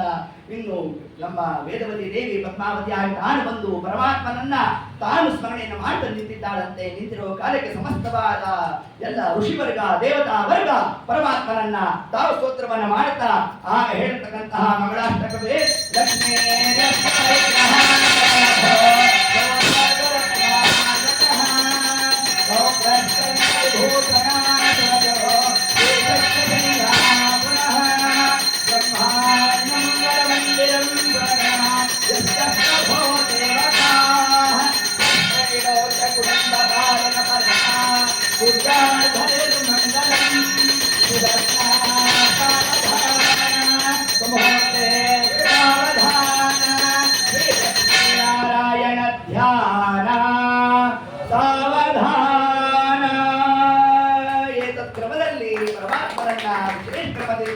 ಎಲ್ಲ ದೇವತೆಗಳು ತಾವು ಸ್ತೋತ್ರಾದಿಗಳನ್ನು ನಡೆಸ್ತಾ ಇದ್ದಾರಂತೆ. ಹೀಗೆ ನಡೆಸ್ತಕ್ಕಂತಹ ಕಾಲಕ್ಕೆ ಆಗ ಎಲ್ಲ ಕಾರ್ಯಾದಿಗಳನ್ನು ನಡೆಸಿದ್ದಾರೆ. ಇದಾದ ನಂತರದಲ್ಲಿ ಮಾಂಗಲ್ಯ ಮೂರ್ತಿಯಾದ ಜಗತ್ಸ್ವಾಮಿಯಾದ ಪರಮಾತ್ಮ ತಾನು ಮಾಂಗಲ್ಯ ಧಾರಣೆಯನ್ನು ಮಾಡ್ತಾ ಇದ್ದಾನೆ. ಆಗ ಒಂದು ವ್ಯವಸ್ಥೆ ಮಾಡ ಎಲ್ಲರೂ ವೇದಿಕೆ ಹರಿಸಲಿಲ್ಲ. ನೀ ಬನ್ರಿ ಏನರ್ಥ? ಸೂಡು ಊಟ ಹಾಕೊಂಡಿರ್ತಾರೆ, ಅವನು ಕರೆದ್ಬಿಡೋದು, ಅವರು ವೇದಿಕೆ ಹತ್ಬಿಡೋದು. ಹಂಗಲ್ಲ ಅಲ್ಲ, ಅದು ಲಕ್ಷ್ಮೀ ದೇವಿಯ ವಿಶೇಷವಾದ ಸನ್ನಿಧಾನ. ಆದ್ರಿಂದ ಎಲ್ರಿಗೂ ಅವಕಾಶ ಇಲ್ಲ ಅಂತ ನಮ್ಮ ಸ್ವಾಮಿಯ ಏತತ್ಕಾಲಕ್ಕೆ ಜಗತ್ತಿಗೆ ಪಾಠವನ್ನು ತಿಳಿಸ್ತಾ ಆ ಮಾಂಗಲ್ಯ ಸ್ಪರ್ಶವೂ ಕೂಡ ಎಲ್ಲರ ಕೈಯಿಂದ ಅಲ್ಲ ಅಂತ ನಮ್ಮ ಸ್ವಾಮಿ ಯಾರ್ಯಾರು ಮಾಡ್ಬೇಕಂತೆ ಏತತ್ ಕಾಲಕ್ಕೆ ಒಂದಿಷ್ಟು ಅನುಷ್ಠಾನ ಬ್ರಾಹ್ಮಣರು ಮುತ್ತೈದೆ ಹೆಣ್ಮಕ್ಳು ತಾವು ಕೂತಿರಬೇಕು. ಲಕ್ಷ್ಮೀ ಶೋಭಾನ ಪದ, ರುಕ್ಮಿಣೀಶ್ವರಿಯ, ಅಮೃಣಿ ಸೂಕ್ತ, ಶ್ರೀ ಸೂಕ್ತ, ಭಾಗವತಾದಿ ಗ್ರಂಥಾದಿಗಳನ್ನ ಪಾರಾಯಣ ಮಾಡ್ತಾ ಆ ಮಂಗಲ ಸ್ಪರ್ಶ ಮಾಡಬೇಕು. ಹೀಗೆ ಮಾಡ್ತಾ ಅದನ್ನ ಪರಮಾತ್ಮ ನಾನು ಧಾರಣೆ ಮಾಡ್ತೇನೆ ಅನ್ನೋ ಒಂದು ಅಂಶವನ್ನೇ ನಮಗೆ ತಿಳಿಸ್ತಾ ಏತತ್ ಕಾಲಕ್ಕೆ ಆ ಮಾಂಗಲ್ಯ ಧಾರಣೆಯ ಒಂದು ಸುಮೂರ್ತವೂ ಕೂಡ ಪ್ರಾಪ್ತವಾಗಿದೆ. ಈ ಲಗ್ನ ಪತ್ರಿಕೆ ಬಂದಿದೆ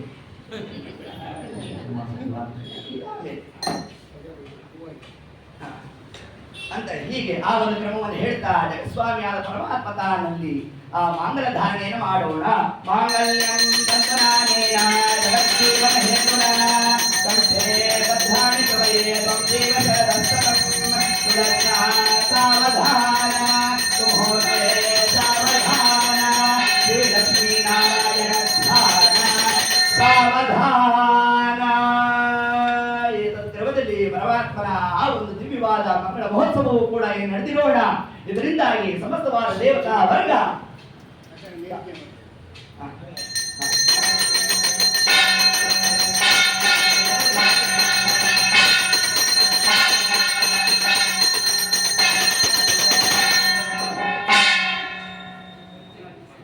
ರಮಣ ಗೋವಿಂದ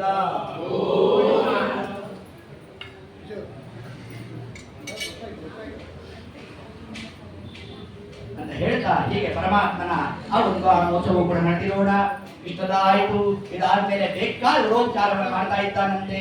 ಎಲ್ಲ ಪದಾರ್ಥಗಳು ಬಂದು ನಮ್ಮ ಶ್ರೀನಿವಾಸ ಅಂದ ಕಿರೀಟ ಬರಲಿಲ್ಲ ಅಂತ ನೋಡ್ರಿ. ಅಷ್ಟ ವಿವಾಹ ಮಹೋತ್ಸವದ ಮಧ್ಯದಲ್ಲೂ ನಾನು ಭಕ್ತಿನ ಮಾತುಕೊಟ್ಟಿದ್ದೇನೋ ಅದು ಮೊದಲು ತಗೊಂಬಂದ್ರಿ ಅಂತ ನಮ್ಮ ಸ್ವಾಮಿ ಆಟಾಡಕ್ಕೆ ಹಾಗೆ ಹೇಳ್ತಾ ಆ ಕಿರೀಟವನ್ನು ಕೂಡ ತಾನು ಅಪೇಕ್ಷಿತ ಪರಮಾತ್ಮ ತಾನು ಸ್ವೀಕಾರ ಮಾಡ್ತಾ ಮುಂದೆ ಪ್ರತಿ ಶುಕ್ರವಾರ ನಮ್ಮ ಸ್ವಾಮಿ ತಾನು ಧಾರಣೆ ಮಾಡ್ತಾನೆ.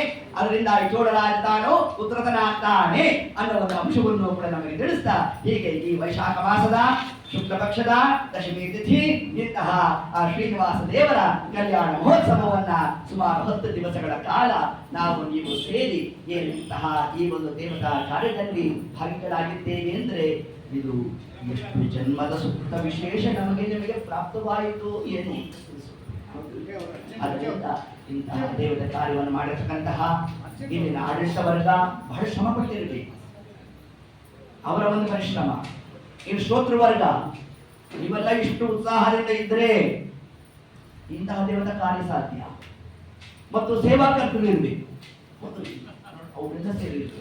ಒಂದು ದೇವತಾ ಕಾರ್ಯ ಆಗಬೇಕಾದ್ರೆ ಎಷ್ಟು ಕಾರ್ಯ ನಡೆದಿರಬೇಕು. ಅದರಿಂದ ಹೀಗೆ ತಮ್ಮೆಲ್ಲರಿಗೂ ಕೂಡ ಹರಿವಾಯು ಗುರುಗಳು ವಿಶೇಷವಾದ ಅನುಗ್ರಹವನ್ನು ಮಾಡಲಿ. ಮತ್ತು ನಮಗೆ ಪಾಠ ಮಾಡಿರ್ತಕ್ಕಂತಹ ಎಲ್ಲ ಆ ಗುರುವರ್ಗ ಯಾರ ನಮ್ಮ ತಂದೆಯವರು ನಮ್ಮ ಯಾರಂತ ಇರ್ತಾರೆ ಯಾವಾಗಲೂ ಅದನ್ನ ಸ್ವಾಮಿಗಳ ಶೈಲಿ ಬರುತ್ತೆ ಕೆಲವೊಂದು ಸತಿ ಅಂತ ಅವರಿಂದ ಪಾಠವನ್ನು ಕೇಳಿರ್ತಕ್ಕಂತಹ ಒಂದು ಸೌಭಾಗ್ಯ ಅದು ಒಂದೊಂದು ಆವೃತ್ತಿ ಆವೇಶ ಆಗುತ್ತೆ ಏನು ಗೊತ್ತಿಲ್ಲ. ಅದರ ಅವರದೊಂದು ಅನುಗ್ರಹ.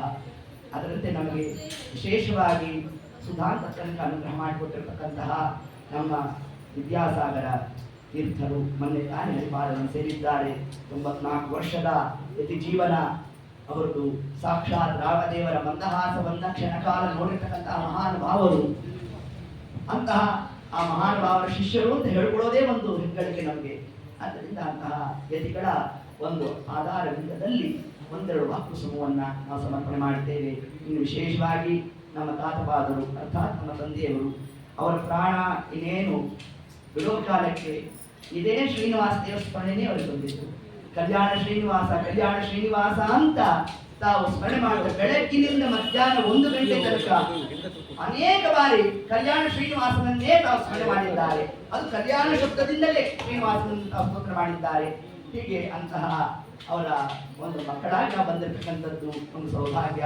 ಅದೆಲ್ಲದರ ಫಲವಾಗಿ ಈ ದಿವಸ ಒಂದೆರಡು ವಾಕುಸ್ಮಗಳನ್ನ ನಾವು ಸಮರ್ಪಣೆ ಮಾಡಿದ್ದೇವೆ. ತಾವೆಲ್ಲರೂ ಅಷ್ಟೇ ಉತ್ಸಾಹದಿಂದ ಕೇಳಿ ಶ್ರೋತೃವರ್ಗಕ್ಕೂ ಅಧ್ಯಾತ್ಮ ವಕ್ತೃವರ್ಗಕ್ಕೂ ಉತ್ಸಾಹ ಬರುವಂತೆ ತಾವೆಲ್ಲರೂ ಕೂಡ ಕಾರ್ಯವನ್ನು ಮಾಡಿದ್ದೇವೆ. ತಮ್ಮೆಲ್ಲರಿಗೂ ಕೂಡ ಹರಿವಾಯ ಗುರುಗಳು ವಿಶೇಷವಾಗಿ ಅನಂತ ಫಲವನ್ನು ಕೊಡಲಿ ಅಂತ ನಾವು ಪ್ರಾರ್ಥನೆ ಮಾಡ್ತಾ ಇನ್ನು ಮುಂದೆ ವೈಶಾಖ ಮಾಸದ 12ನೇ ದಿವಸ ಫಲಹಾರ ಪ್ರವಚನ. ಫಲಹಾರದ ಬಗ್ಗೆ ಪ್ರವಚನ ಅಲ್ಲ, ಫಲಹಾರ ಪೂಜೆ ಮೊದಲಿಗೆ ಪ್ರವಚನ ಆಯ್ತಾ. ಅದು 1:30 ಗಂಟೆಗೆ ಅಲ್ಲ 1:30 1:30 ಗಂಟೆಗೆ ಪ್ರವಚನ. 1:30 ಗಂಟೆಗೆ ಪ್ರವಚನ, 3 ಗಂಟೆಗೆ ಫಲಹಾರ ಅಂತ ಇಷ್ಟು ಅಂಶವನ್ನ ತಿಳಿಸಿದ್ದಾರೆ. ಆ ವಿಷಯ ಫಲಾರ್ಪೂಜೆಯಲ್ಲಿ ಫಲವಿದು ಬಾಳುವುದಕ್ಕೆ ವಿಷಯ ಪ್ರವಚನಕ್ಕೆ ಅಂತ ಹೇಳ್ತಾ ಸರ್ವಂ ಶ್ರೀ ಕೃಷ್ಣಾರ್ಪಣಮಸ್ತು.